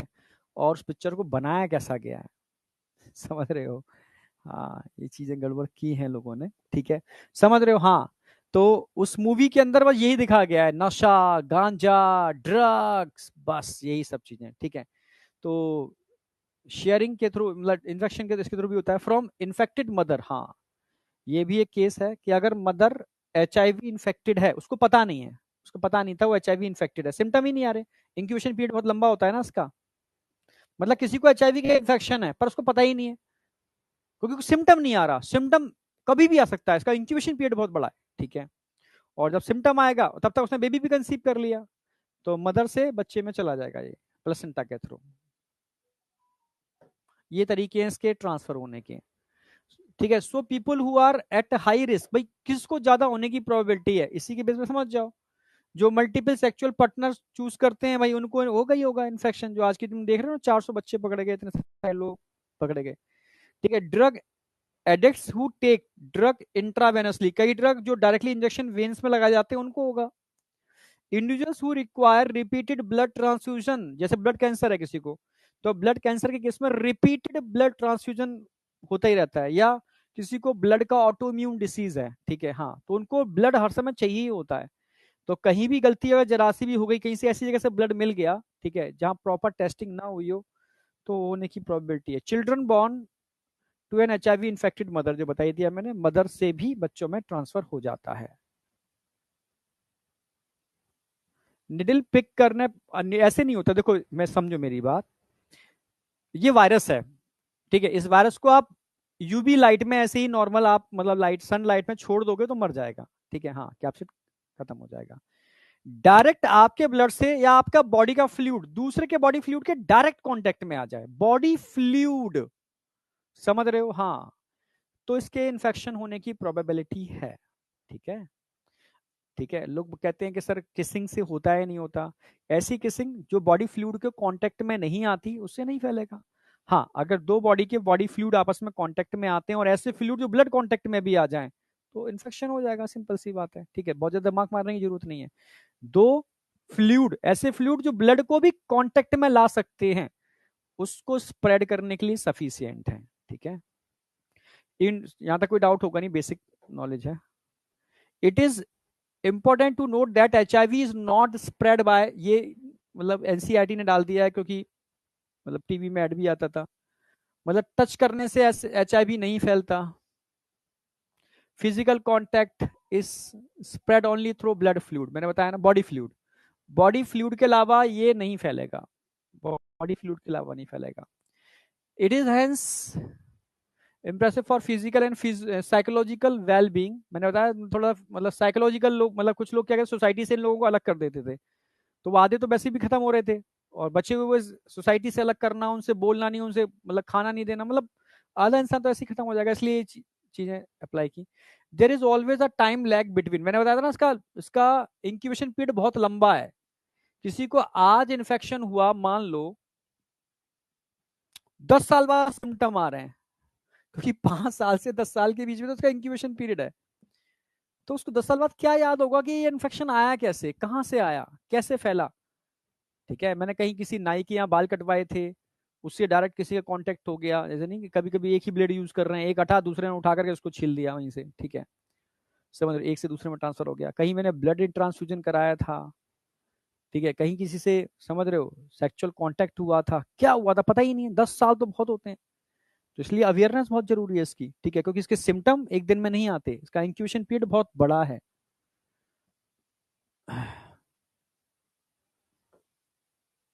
हाँ, अगेन इंपॉर्टेंट चीज है लाइफ साइकिल इसकी, वेरी इंपॉर्टेंट।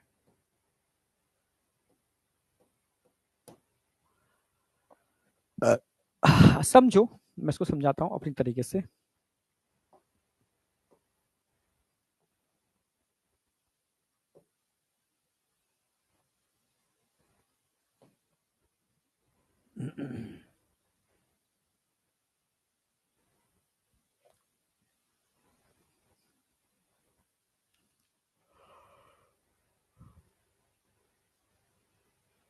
ऐसे दिखाता हूँ मैं, इसमें चाहे तुम ना समझो, ऐसे समझ में आएगा, डायग्राम ही बनाता हूँ पूरा।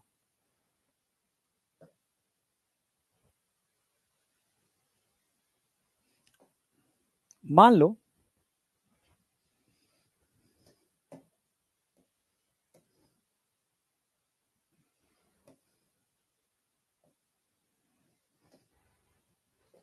ये मैक्रोफेज है,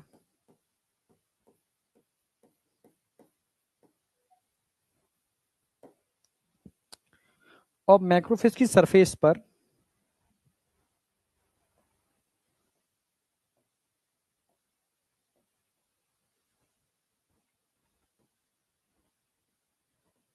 CD4 रिसेप्टर लगे होते हैं, लगे होते हैं, CD4 रिसेप्टर लगे होते हैं मैक्रोफेज सरफेस, सब CD4 रिसेप्टर्स हैं।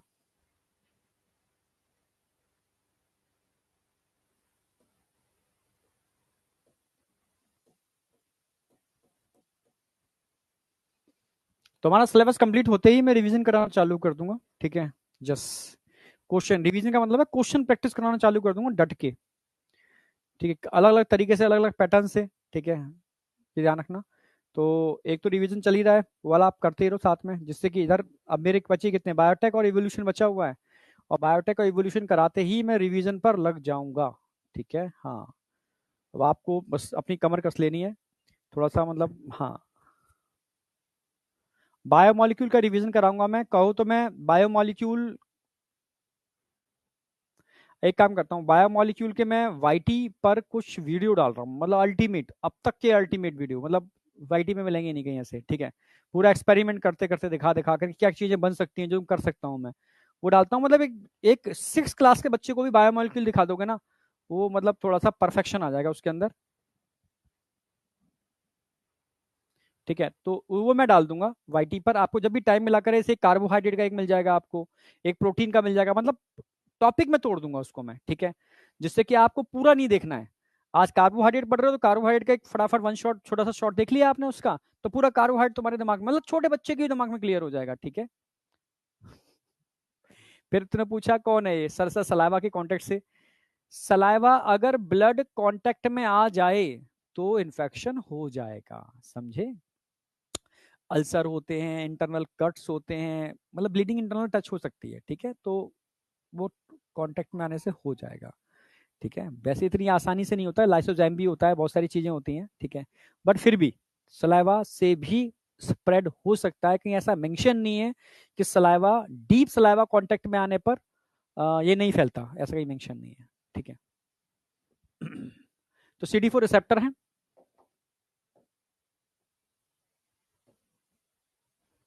HIV, और HIV के पास मैंने बताया क्या है, ग्लाइकोप्रोटीन 120, ये आपस में एक दूसरे कांटेक्ट में आएंगे, ग्लाइकोप्रोटीन 120, ये मत भूल जाना, ये दोनों पे क्वेश्चन बहुत आता है। जब तक ग्लाइकोप्रोटीन 120, ऑप्शन में ग्लाइकोप्रोटीन 100 भी होगी, 111 भी होगी, 121 भी होगी, कंफ्यूज करने के लिए 130 भी होगी, तो 120 ध्यान रखना। CD4 रिसेप्टर ये मिलते हैं तभी इंफेक्शन होगा, ठीक है, ये HIV है। HIV अब आएगा, से मिलेगा तो दोनों ये फ्यूज कर जाएंगे आपस में ऐसे, इनके फ्यूज करने से क्या होगा,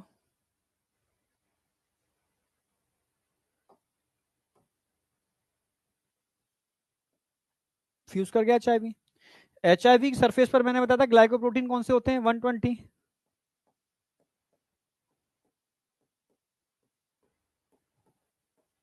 जब दोनों मेम्ब्रेन फ्यूज कर जाएंगे तो ग्लाइकोप्रोटीन 120 मेम्ब्रेन पे इसके ऊपर भी आ जाएंगे।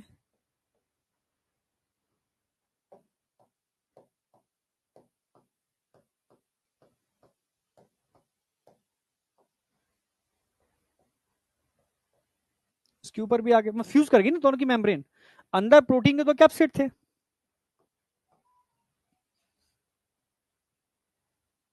एक बड़ा कैप्सिड दिखा दो, एक छोटा कैप्सिड दिखा दो ऐसे। जैसे ही कांटेक्ट में आएगा, इन दोनों कैप्सिड के बीच में एक एंजाइम था, प्रोटीएज, कौन सा एंजाइम था, प्रोटीएज, ये प्रोटीएज एक्टिवेट हो जाएंगे, और प्रोटीएज एक्टिवेट होते ही इन प्रोटीन कैप्सिड को डाइजेस्ट कर देंगे, क्या कर देंगे, डाइजेशन।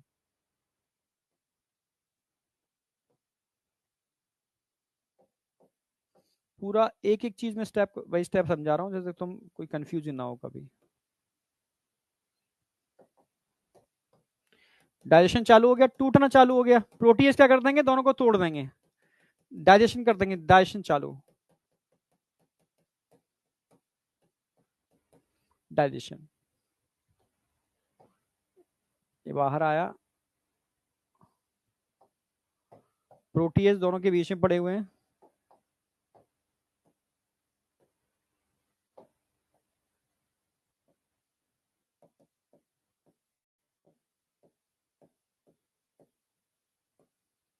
प्रोटीज ने प्रोटीन प्रोटीन कैप्सिड को क्या कर दिया, डाइजेस्ट कर दिया, डाइजेस्ट करते ही अंदर से कौन रिलीज होना चालू हो जाएगा, कौन रिलीज हो जाएगा, single standard RNA,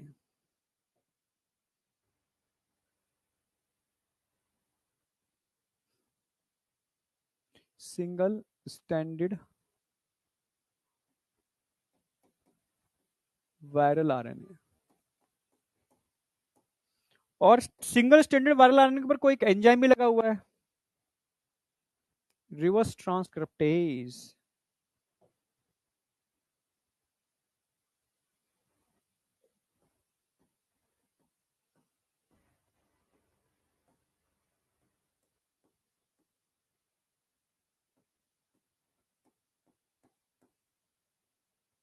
reverse transcriptase enzyme भी लगा हुआ है, और रिवर्स ट्रांसक्रिप्टेज एंजाइम आरएनए से क्या बना देगा, ये तो आप जानते हो, डीएनए बना देगा, इससे क्या बन जाएगा, रिवर्स ट्रांसक्रिप्टेज,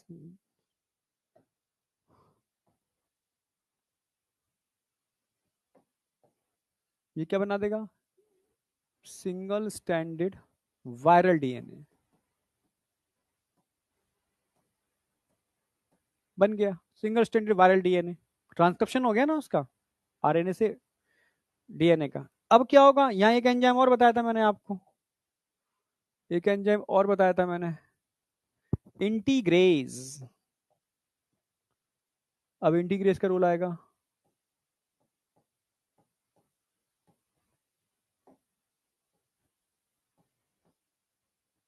देखो प्रोटीएज ने अपना काम कर दिया, रिवर्स ट्रांसक्रिप्टेज ने अपना काम कर दिया ट्रांसक्रिप्शन करा करके, इंटीग्रेज क्या काम करेगा, इस वायरल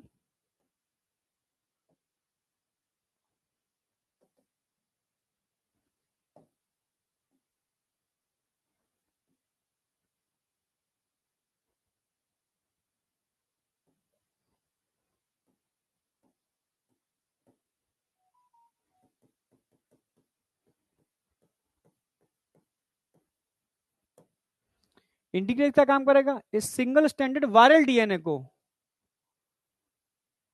हमारे डीएनए से जोड़ देगा, मैक्रोफेज के डीएनए से जोड़ देगा, इंटीग्रेशन करा देगा, और इंटीग्रेशन होते ही ये हो गया इंटीग्रेट, हो गया इंटीग्रेट, ये आ गया वायरल डीएनए। अब क्या होगा, आप जानते ही हो, यहां से ट्रांसक्रिप्शन ट्रांसलेशन होगा, वायरल प्रोटीन का फॉर्मेशन होगा, फॉर्मेशन ऑफ वायरल प्रोटीन,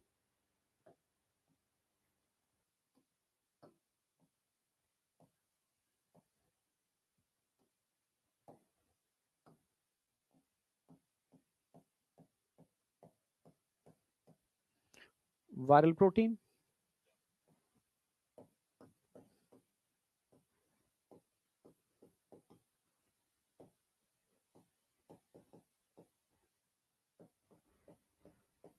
अच्छा आपने मॉलिक्यूलर पढ़ी नहीं अभी, ये तो आप समझते हो ना कि रिवर्स ट्रांसक्रिप्टेज जो एंजाइम होता है वो आरएनए से डीएनए बनाता है, इंटीग्रेज एक जेनेटिक मटेरियल को दूसरे जेनेटिक मटेरियल को जोड़ने का काम करता है, इंटीग्रेशन करा दिया इसने, और पहले ट्रांसक्रिप्शन होता है फिर ट्रांसलेशन होता है, मैंने डायरेक्टली ट्रांसलेशन दिखाया, ठीक है, पहले आरएनए बनेगा, फिर आरएनए से डीएनए प्रोटीन बनेगी, ट्रांसलेशन होगा, वायरल प्रोटीन बन गई। तो अब यहाँ ध्यान रखना है आपको, कई एमआरएनए बनेंगे, ठीक है, तो बहुत सारे viral viral RNA,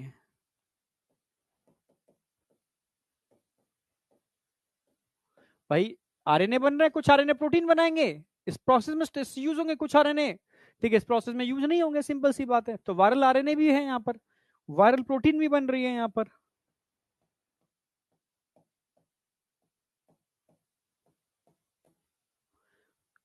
viral protein भी बन रही है, तो वायरल आरएनए वायरल प्रोटीन सब बनते जा रहे हैं। अब क्या होगा, धीरे धीरे धीरे धीरे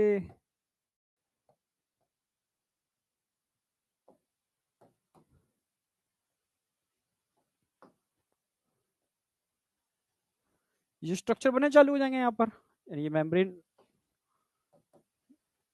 थे ना।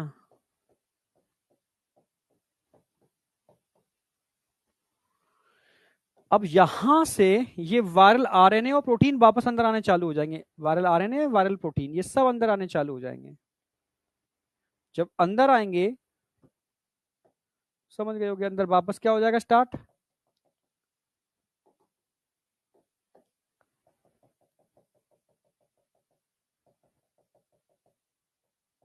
सब कुछ बनना चालू हो गया, वायरस बनना चालू हो गया, और यहां से क्या होगा, एक्सोसाइटोसिस से वायरस बाहर निकल जाएगा।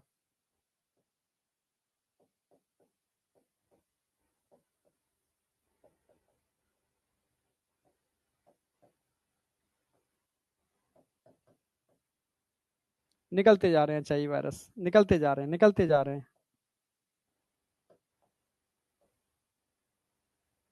निकलते जा रहे हैं, निकलते जा रहे हैं।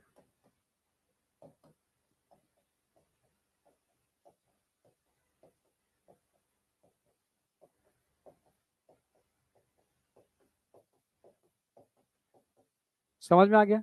इस तरीके से मैक्रोफेज को ये फैक्ट्री ऑफ एचआईवी कहते हैं। हम क्या कहते हैं मैक्रोफेज को, फैक्ट्री ऑफ एचआईवी।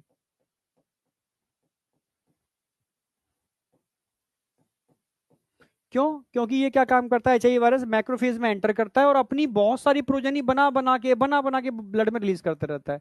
मैक्रोफेज को नुकसान नहीं पहुंचाता, पर अगर यहाँ मैक्रोफेज की जगह टी हेल्पर सेल होते तो फट जाते, उनको मार देता है। टी हेल्पर सेल को तो मार देता है, पर मैक्रोफेज को नुकसान नहीं पहुंचाता, इसलिए मैक्रोफेज को हम फैक्ट्री ऑफ एचआईवी कहते हैं। समझ में आया। सबसे पहले एचआईवी उन सेल से बाइंड करेगा जिनके पास CD4 रिसेप्टर्स हैं। बाइंड करने के बाद धीरे से दोनों की जो मेम्ब्रेन है फ्यूज करेंगे, लिपिड वाली मेम्ब्रेन। प्रोटीन कैप्सिड अंदर आएंगे, प्रोटीज एक्टिवेट होकर कैप्सिड को डाइजेस्ट कर देगा, आरएनए फ्री हो जाएंगे। कुछ आरएनए डायरेक्ट ऐसे बने रहेंगे, कुछ क्या करेंगे, मतलब रिवर्स ट्रांसक्रिप्टेज की हेल्प से डीएनए बनाएंगे। इंटीग्रेस की हेल्प से डीएनए इसमें जुड़ जाएगा, अगेन आरएनए प्रोटीन सब बन रहे हैं, यहाँ से आरएनए बन रहे हैं, प्रोटीन भी बन रहे हैं। आरएनए प्रोटीन बाहर निकल करके इन कैप्सिड में फिर से एंटर करना चालू कर देंगे। एक्सोसाइटोसिस से वायरस बनता जा रहा है, निकलता रहा, बनता रहा, निकलता जा रहा है। इसलिए मैक्रोफेज को हम फैक्ट्री ऑफ एचआईवी बोलेंगे। ठीक है, क्या बोलेंगे, फैक्ट्री ऑफ एचआईवी। अब बताओ आया नहीं आया।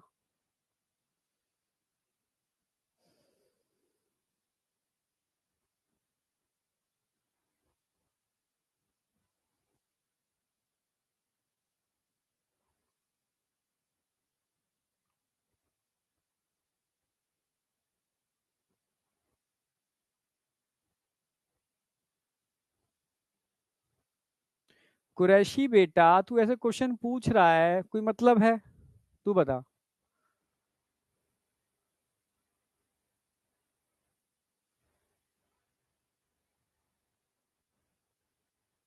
प्रगति, तू क्या बोलना चाह रही है, तू खुल के बोल।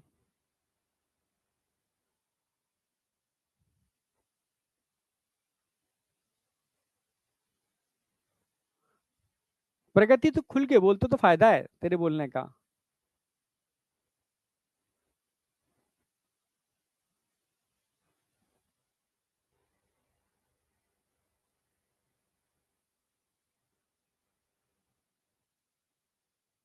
मैक्रोफेज फैगोसिटिक नेचर के होते हैं। ठीक है, बिल्कुल बेटा, वो मरते नहीं है।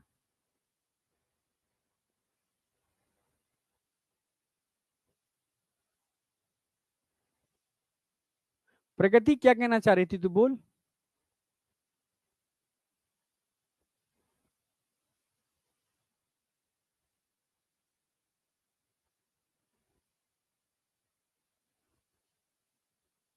अब नहीं बोलेगी।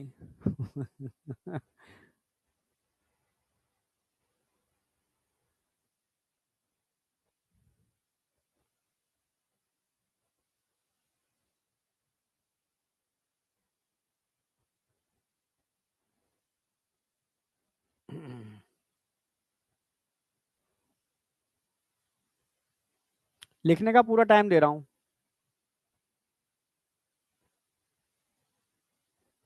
लिखने का पूरा टाइम दे रहा हूं। मैं अपनी आगे की प्लानिंग बता देता हूं, ऐसा मैं करूंगा। समझ में आ गया। हाँ, तुम्हें अलर्ट रहना चाहिए, तुम्हारा एक्टिवेशन होना चाहिए, जो मैंने कहा है वो किया ही है बेटा।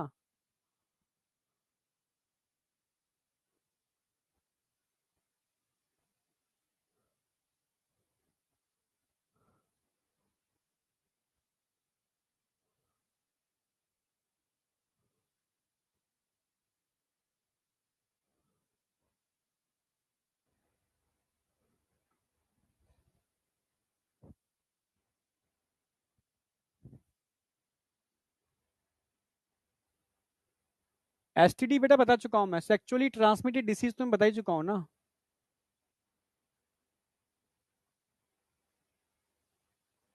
आजम बेटा आप तबीयत ठीक है?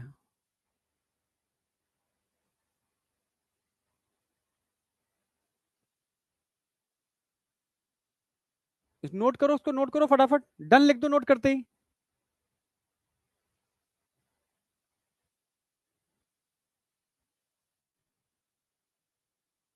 प्रगति गायब हो गई अब देखो, कुछ बच्चे कुछ भी बोल देते हैं।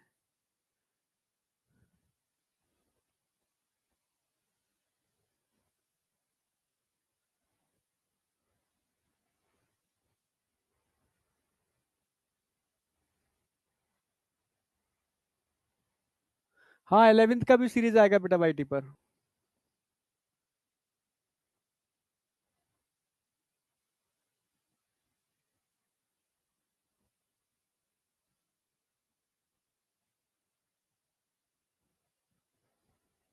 हो गया, डन लिख दो कंप्लीट होते ही। एक बार रिवीजन करा दूंगा उसका मैं, पहले एक बार तुम लिख लो उसको। हाँ आशीष बेटा मैं बच्चों का बुरा मानता भी नहीं हूँ, पर अगर ये मेरा कर्तव्य भी है कि अगर बच्चा मेरा भटक रहा है तो उसको सही डायरेक्शन दिखा देना। समझ में आ गया? उसके लिए कभी कभी डांटना भी पड़ता है।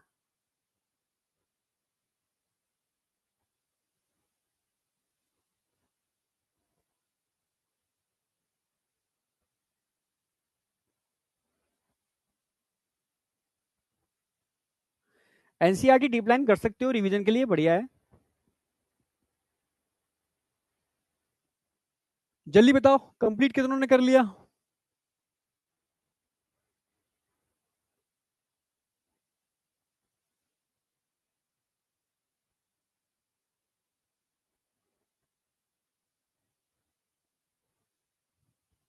चलो डन। अब एक बार रिवीजन करा देता हूं मैं। समझो, देखो मैंने ये बताया कि HIV उन्हीं सेल पे अपना अटैक करता है, टारगेट करता है जिनके पास CD4 रिसेप्टर्स होते हैं। तो पहला क्वेश्चन मैंने कहा कि CD4 रिसेप्टर कहां होते हैं? आप बोलोगे मैक्रोफेज, फेगोसिटिक सेल्स होती हैं, उनकी सरफेस पर CD4 रिसेप्टर्स होते हैं, और हेल्पर टी सेल की सरफेस पर भी CD4 रिसेप्टर्स होते हैं, वो मैंने मेंशन कर दिया ऑलरेडी। पहला क्वेश्चन तो यहीं से आ जाएगा। एनसीईआरटी ने यहां पर मैक्रोफेज को दिखाया है क्योंकि HIV की साइकिल मैक्रोफेज में अलग तरीके से चलती है और CD4 में अलग तरीके से चलती है। CD4 सेल को मारती है, HIV वायरस मार देती है, मतलब नंबर ऑफ CD4 सेल कम होते, sorry number of helper T cell कम होते चले जाते हैं बॉडी के अंदर, पर मैक्रोफेज कम नहीं होते कभी। मैक्रोफेज एक तरीके से HIV की फैक्ट्री का काम करते हैं, उसको बनाने का काम करते हैं। कैसे करते हैं? अब देखो, HIV जब एंटर करेगा तो प्रोटीएज एंजाइम इनके प्रोटीन के कैप्सिड को डाइजेस्ट कर देगा। अब आरएनए बचा, आरएनए यहां आ गया, सिंगल स्टैंडर्ड वायरल आरएनए। इस पे कौन सा एंजाइम लगा हुआ है? Reverse transcriptase. और रिवर्स ट्रांसक्रिप्टेज आप जानते हो आरएनए से डीएनए बना देता है, तो वायरल डीएनए बन गया। अब क्या लगा हुआ है इसके ऊपर? इंटीग्रेज, तीसरा एंजाइम। तीन तो एंजाइम बताए थे मैंने। इंटीग्रेज क्या काम करेगा? इस डीएनए को इंटीग्रेट करा देगा होस्ट डीएनए के साथ। करा दिया इंटीग्रेट, ये आ गया डीएनए इसके अंदर, दिखा दिया मैंने वायरल डीएनए। अब वायरल डीएनए से आरएनए बनेगा, आरएनए से प्रोटीन बनेंगे, तो वायरल प्रोटीन बनते जा रहे हैं, बनते जा रहे हैं, वायरल प्रोटीन बनते जा रहे हैं। तो वायरल प्रोटीन और वायरल आरएनए देखो यहां पर इकट्ठे हो गए। अब इनसे नए नए वायरस बनते जाएंगे, बाहर निकलते जाएंगे, बनते जाएंगे, बाहर निकलते जाएंगे, एक्सोसाइटोसिस, बनते जा रहे निकलते जा रहे। ये मैक्रोफेज के अंदर। अगर मैक्रोफेज की जगह हेल्पर टी सेल होते तो ये वायरस अंदर बन रहे होते और सेल को फाड़ के बाहर निकलते, मार के निकलते। समझ रहे हो? तो जब भी HIV का इन्फेक्शन होता है तो मैक्रोफेज उस HIV को अंदर बनाने का काम करते हैं, फैक्ट्री की तरह काम करते हैं, और हेल्पर टी सेल का नंबर घटना चालू हो जाता है क्योंकि हेल्पर टी सेल पूरी इम्यूनिटी को कंट्रोल करते हैं। तो ये सारे HIV मिल करके उसको, समझ रहे हो ना, हाँ खत्म कर देते हैं। अब एनसीईआरटी कैसे दिखा रही है? देखो एनसीईआरटी क्या कह रही है, रेट्रोवायरस ये आया, अटैच किया, इसका आरएनए अंदर आ गया, वायरल आरएनए, इससे वायरल डीएनए बन जाएगा, और वायरल डीएनए इंटीग्रेस की हेल्प से हमारे जीनोम से जुड़ जाएगा। अब इससे फिर अगेन आरएनए बनेगा, वायरल आरएनए, उससे प्रोटीन बनेंगे, और ये वायरस को बना बना के यहाँ से एक्सोसाइटोसिस से वायरस निकलता जाएगा। ये लाइफ साइकिल हो गई। ये बात किसकी चल रही है? मैक्रोफेज। ये किसका डायग्राम दिखा रखा है? मैक्रोफेज।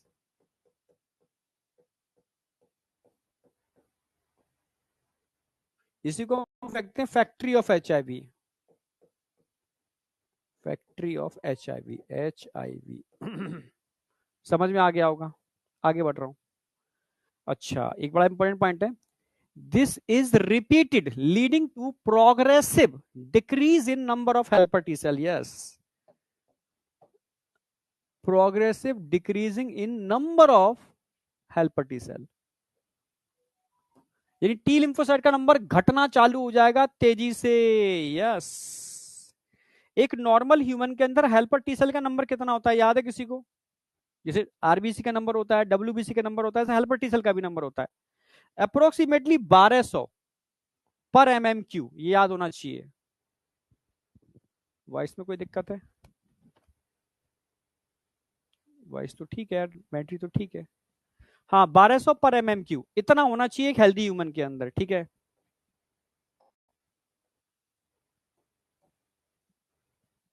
ये याद रखना, ये बहुत इंपॉर्टेंट पॉइंट्स हैं।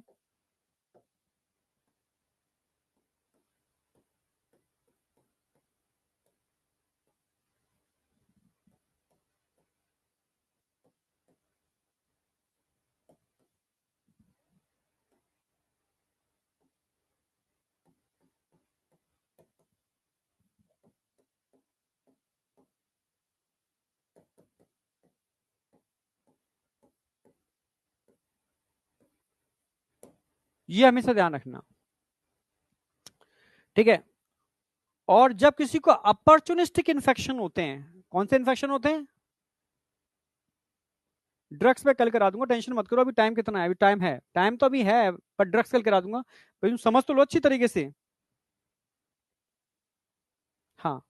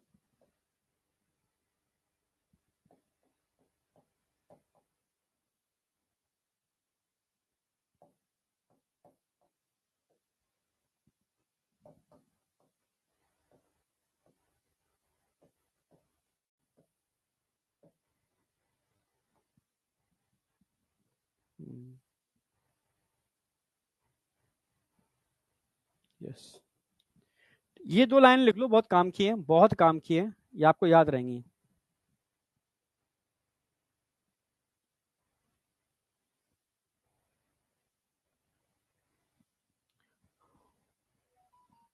ओ आर कर दो, अपॉर्चुनिस्टिक, अपॉर्चुनिस्टिक इन्फेक्शन।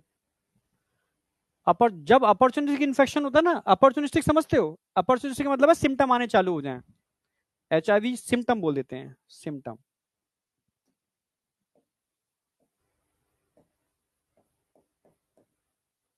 सिम्टम आएंगे तो, जब तक सिम्टम नहीं आ रहे हैं तब तक कम नहीं होगा, वो सोया पड़ा है। सिम्टम आने चालू हो गए, चाहे सिम्टम आने चालू हो गए, तब इसका नंबर कितना हो जाएगा, मान के चलो लेस देन 200 MMQ। अगर कुछ सिम्टम आ रहे हैं तब आप helper T cell number check कराओ, और हेल्पर टी सेल नंबर 200 से भी कम आ रहा है, मतलब भैया HIV फैल चुका है बॉडी के अंदर, समझे?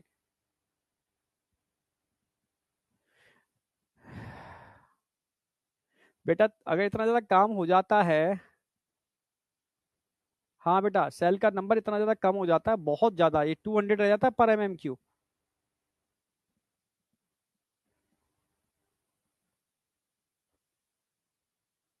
HIV जब एंटर करता है WBC ठीक है, वो क्या है ना, अब आपको मैकेनिज्म नहीं पता, मैकेनिज्म मैं बताता हूँ, ठीक है। ये कहां पर एंटर कर, ये क्या है, एक डेड, समझो मेरी बात, वायरस एक डेड पार्टिकल है। WBC डेड पार्टिकल को थोड़ा देख पाएंगे, मैंने समझाया था, वायरस एक डेड पार्टिकल है। जब तक उसको कोई लिविंग सेल नहीं मिलेगी तब तक वो एक डेड मरा हुआ पार्टिकल है। डब्ल्यूबीसी तो जिंदा को पकड़ते हैं ना भाई। एक आत्मा पुलिस वालों के सामने आ जाए, अब पुलिस वाले उस आत्मा का क्या करेंगे तुम बताओ। पुलिस स्टेशन में घूम रही है, पुलिस वाले कुछ नहीं कर पाएंगे। फिर वो क्या करेगी, उस पुलिस स्टेशन का जो सबसे जो हेड होगा उसके शरीर में एंटर कर जाएगी। समझ रहे हो? आपके इम्यून सिस्टम का जो हेड है मैक्रोफेज जो मेनली है, उनके अंदर एंटर कर जाती है वो आत्मा। बस अंदर जाकर के उसकी सिस्टम को यूज करना चालू कर देती है। ठीक है, समझ रहे हो? हाँ हाँ। और पूरे इम्यून सिस्टम पर वो अटैक कर देती है। समझ रहे हो ना? हाँ। तो ये वायरस एक तरीके से आत्मा है, मतलब जिसको मतलब आपके डब्ल्यूबीसी कुछ नहीं कर सकते। वो फिर मैक्रोफेज में एंटर करके अपना नंबर बढ़ाती है, उस नंबर से कहती है कि जाओ टी हेल्पर सेल को ढूंढ ढूंढ के मारो। तब टी हेल्पर सेल एक्चुअल में पूरी बॉडी के प्रोटेक्टिंग सिस्टम होते हैं, पूरे बॉडी के देखभाल करते हैं। जब वही मर जाएंगे तो फिर पूरी बॉडी के इम्यून सिस्टम को कंट्रोल कौन करेगा? तो पूरा बॉडी का इम्यून सिस्टम बर्बाद हो जाता है, अपॉर्चुनिस्टिक सिम्टम आने चालू हो जाते हैं और नंबर्स का लगभग इतना रह जाता है। तो dangerous condition. Symptom, the person suffering from, ठीक है, बाउट्स ऑफ फीवर, रुक रुक के बहुत तगड़ा फीवर आता है, डायरिया हो जाता है, वेट लॉस होता है। पर अब ये सिम्टम कॉमन सिम्टम है, ध्यान रखना। पहले जब मैं पढ़ाता था तो बच्चे कहते थे सर मेरा वेट लॉस बहुत हो रहा है, कहीं मुझे एचआईवी का इन्फेक्शन तो नहीं है। मैंने की टेंशन मत ले, वेट लॉस के कारण बहुत सारे हैं। Due to decrease in number of helper T cell, ठीक है, the person start suffering from infection that could have been otherwise overcome, such those due to the bacterial, especially mycobacterium tuberculosis। दुनिया में 99% लोग एचआईवी से जो मारे गए हैं वो माइकोबैक्टीरियम ट्यूबरकुलोसिस, क्यों? अपने में ही इतना खतरनाक बैक्टीरिया है ये। क्योंकि माइकोबैक्टीरियम ट्यूबरकुलोसिस टीबी कॉज करता है और अब तक सिर्फ 4 दवाएं बनी हैं इसके लिए, और 50 सालों के अंदर, सोचो। और ये हाईली ड्रग रेजिस्टेंट बैक्टीरिया है, सोचो। ठीक है, virus, fungus and parasite, parasite पे क्वेश्चन आया हुआ है। ठीक है, टॉक्सोप्लाज्मा पैरासाइट, ये सब इन्फेक्शन बड़ा आसानी से कॉज करते हैं और ये सब कहलाते हैं अपॉर्चुनिस्टिक इन्फेक्शन। ये सब के सब क्या है? It is opportunistic infection.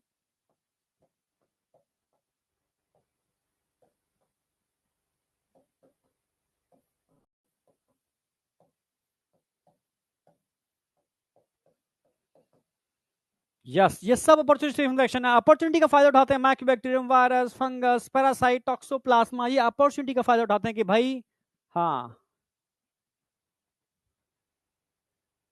Weight gain हो रहा है, चिंता मत कर, एचआईवी का इन्फेक्शन नहीं है, तू मस्त बिंदास रहे।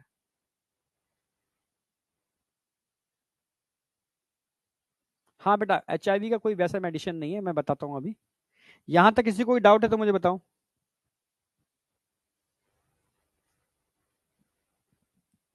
अपॉर्चुनिटी इन्फेक्शन, अब आ जाओ। अच्छा, डायग्नोसिस एंड टेस्ट, ये क्वेश्चन डायग्नोसिस पे क्वेश्चन बहुत पूछ लेते हैं, very very very important.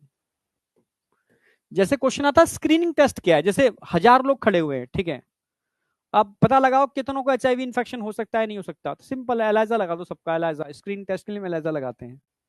Enzyme linked इम्यूनोसोर्बेंट test से बहुत बड़ी लोगों का स्क्रीनिंग करनी है, पर ये कंफर्मेसी टेस्ट नहीं है, ध्यान रखना। कभी कभी क्या होता है, अब जिनका एलाइजा पॉजिटिव आता है, अब डर है एलाइजा पॉजिटिव आ गया, फिर उनका कंफर्मेशन होता है, कंफर्मेशन के लिए लगाते हैं हम बेस्टन ब्लॉटिंग। अभी बॉटनी में पढ़ोगे, western blotting, southern blotting, northern blotting, ठीक है। यस, तो समझ में आ गया। एंजाइम लिंक्ड इम्यूनोसॉर्बेंट टेस्ट, इसको मैं पढ़ाऊंगा, वैसे तो मैं ब्लॉटिंग भी पढ़ाऊंगा बायोटेक के अंदर, ठीक है, मैं भी पढ़ाऊंगा, ठीक है, वहां भी आती है। ठीक है, तो इससे हम क्या करते हैं, स्क्रीनिंग कर लेते हैं बड़े लेवल पर। अगर ये पॉजिटिव आता है तो कंफर्मेशन के लिए हम कौन सा टेस्ट यूज करते हैं? Western blotting. वेस्टर्न ब्लॉटिंग के अंदर मतलब मतलब ये पॉजिटिव आ सकता है कभी कभी, दूसरे और वायरस बैक्टीरिया होते हैं वो एक तरीके से क्रॉस रिएक्टिविटी दिखा देते हैं, तो एंटीबॉडी बेस्ड टेस्ट होता है ना ये वाला एलाइजा, पढ़ाऊंगा अभी मैं उसमें। तो अभी ध्यान रखना, स्क्रीनिंग के लिए ये करते हैं। कंफर्मेशन टेस्ट कौन सा था? Western blotting. ये बहुत सारे एग्जाम में पूछा गया है, यहाँ तक कि सिविल, आईएएस, पीसीएस, ओलंपियाड, सब में पूछा जाता है कंफर्मेशन टेस्ट कौन सा है। ठीक है, इसके लिए यहां तक कोई डाउट है किसी को? यस या नो? अब ट्रीटमेंट ज्यादा है नहीं हमारे पास, हम भाई क्या ट्रीटमेंट करेंगे? एक रिवर्स ट्रांसक्रिप्टेज नाम का एंजाइम था, ठीक है, रिवर्स ट्रांसक्रिप्टेज इनहिबिटर ड्रग बना ली हमने, पर समझ रहे हो उससे हमें भी नुकसान होता है। प्रोटीएज इनहिबिटर ड्रग बना ली हमने, समझ रहे हो, उससे हमें भी नुकसान होता है, क्योंकि इस टाइप के हमारे अंदर भी मतलब एंजाइम्स होते हैं जिस पर एसिड असर डालते हैं। एनीमिया हो जाता है, बहुत सारी दिक्कतें आती हैं, हमारा रेड बोन में ड्राई कर जाता है, बहुत सारी दिक्कतें होती है, ठीक है। तो reverse transcriptase inhibitor treatment of AIDS with anti retroviral drug, हाँ इनको बोलते हैं anti retroviral drug, is only, ठीक है, पार्शली इफेक्टिव। मतलब अगर वो 2 साल का जीवन है तो कोशिश करते हैं हम 2 का 3 साल हो जाए, बस इतना ही कर पाते हैं इनसे, और कुछ नहीं है। They can only prolong the life of the patient but can not prevent death, which is, ठीक है। चलो, इनवाइटेबल, ठीक है, मतलब उसको ट्रीटमेंट कोई नहीं है, बस यही है। एक ड्रग में लिख रहा हूँ, बड़ी कॉमन ड्रग है, reverse transcriptase inhibitor.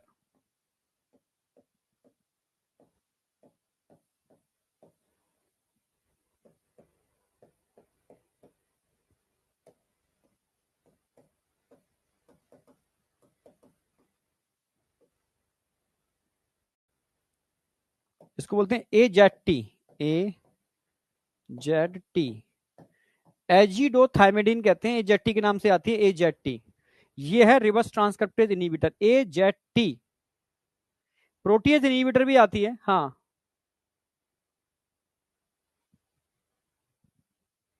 रेटोना wire protease inhibitor भी आती है, मैं लिख दे रहा हूं मैं, तो क्वेश्चन आएगा तो इसी पर आएगा, ठीक है।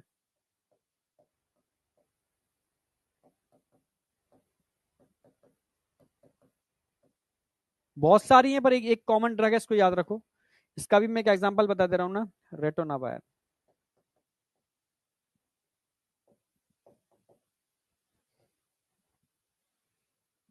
ये प्रोटीएज इनहिबिटर होती है, एक रिवर्स ट्रांसक्रिप्टेज इनहिबिटर होती है।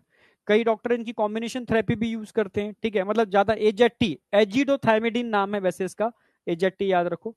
रेटोनावायर याद रखो, प्रोटीएज इनहिबिटर है। 2 ड्रग लिखी है, नहीं तो ऐसी 4 5 6 ड्रग हैं, ठीक है, जो ट्रीटमेंट में डॉक्टर्स यूज करते हैं, ठीक है। तो ये बड़ी कॉमन है, एजेटी थोड़ा पता होनी चाहिए, एनसीईआरटी में नहीं है पर पता होनी चाहिए, ठीक है। इसीलिए देखो, इसका कोई ट्रीटमेंट नहीं है, तो इसके लिए सबसे इंपॉर्टेंट चीज क्या लग, अरे ये कहाँ गया, अच्छा एक स्लाइड इसमें मिसिंग है क्या, ओके एक मिसिंग है, कोई नहीं। इसके लिए क्या है, एक संस्था बनाएगी नैको,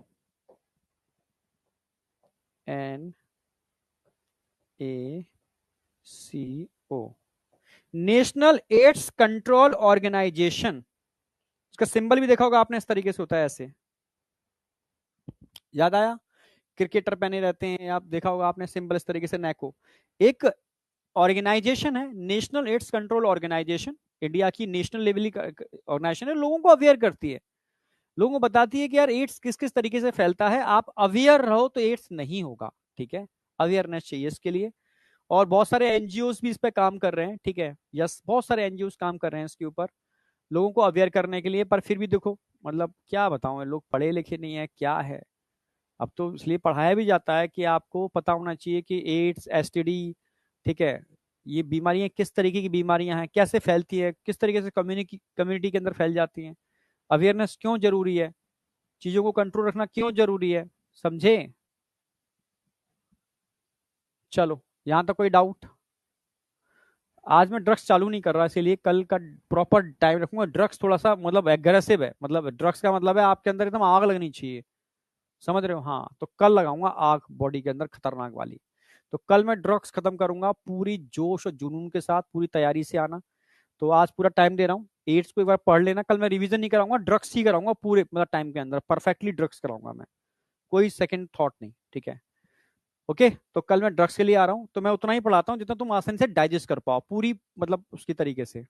ओके, तो कल मिलते हैं ड्रग के साथ, पूरी एनर्जी से आना, और जल्दी से खत्म करा करके फिर मैं क्वेश्चन प्रैक्टिस और चीजें मैं कराऊंगा, ऐसा बोल रहा हूं तो कराऊंगा, समझ रहे हो, जो बोला है वो कराया है, समझे। एक बच्ची कह रही थी, इसलिए नाम तो भूल गया उसका मैं, क्या था,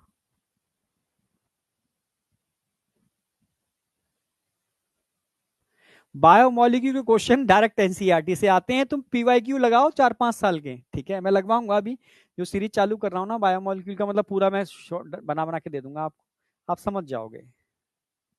लास्ट ईयर भी मैंने 4 से 5 बार पूरी जूलॉजी रिवाइज कराई है, 4 से 5 बार।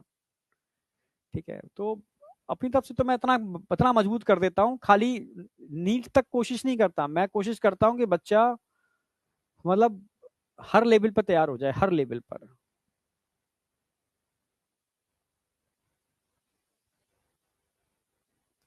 कल स्टार्ट करते हैं ड्रग्स। एनिमल किंगडम तो समझना पड़ेगा, एग्जाम्पल याद करने पड़ेंगे। ठीक है, एग्जाम्पल के लिए मैं कुछ शॉर्ट्स डालूंगा। ठीक है, मैंने सोच जो मैंने कुछ लिस्ट बना रखी है, ये करना है। तो बच्चा 1-1 मिनट 2-2 मिनट में मस्ती मस्ती के अंदर चीजें याद कर ले बस। ठीक है, एजेटी एजिडोथाइमिडिन, एजिडोथाइमिडिन। ठीक है, तो इतना ही रख रहे हैं आज। ड्रग्स में कल से चालू करूंगा।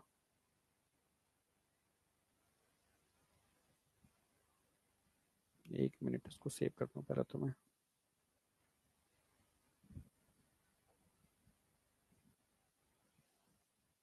चलो, मिलते हैं कल सेम टाइम।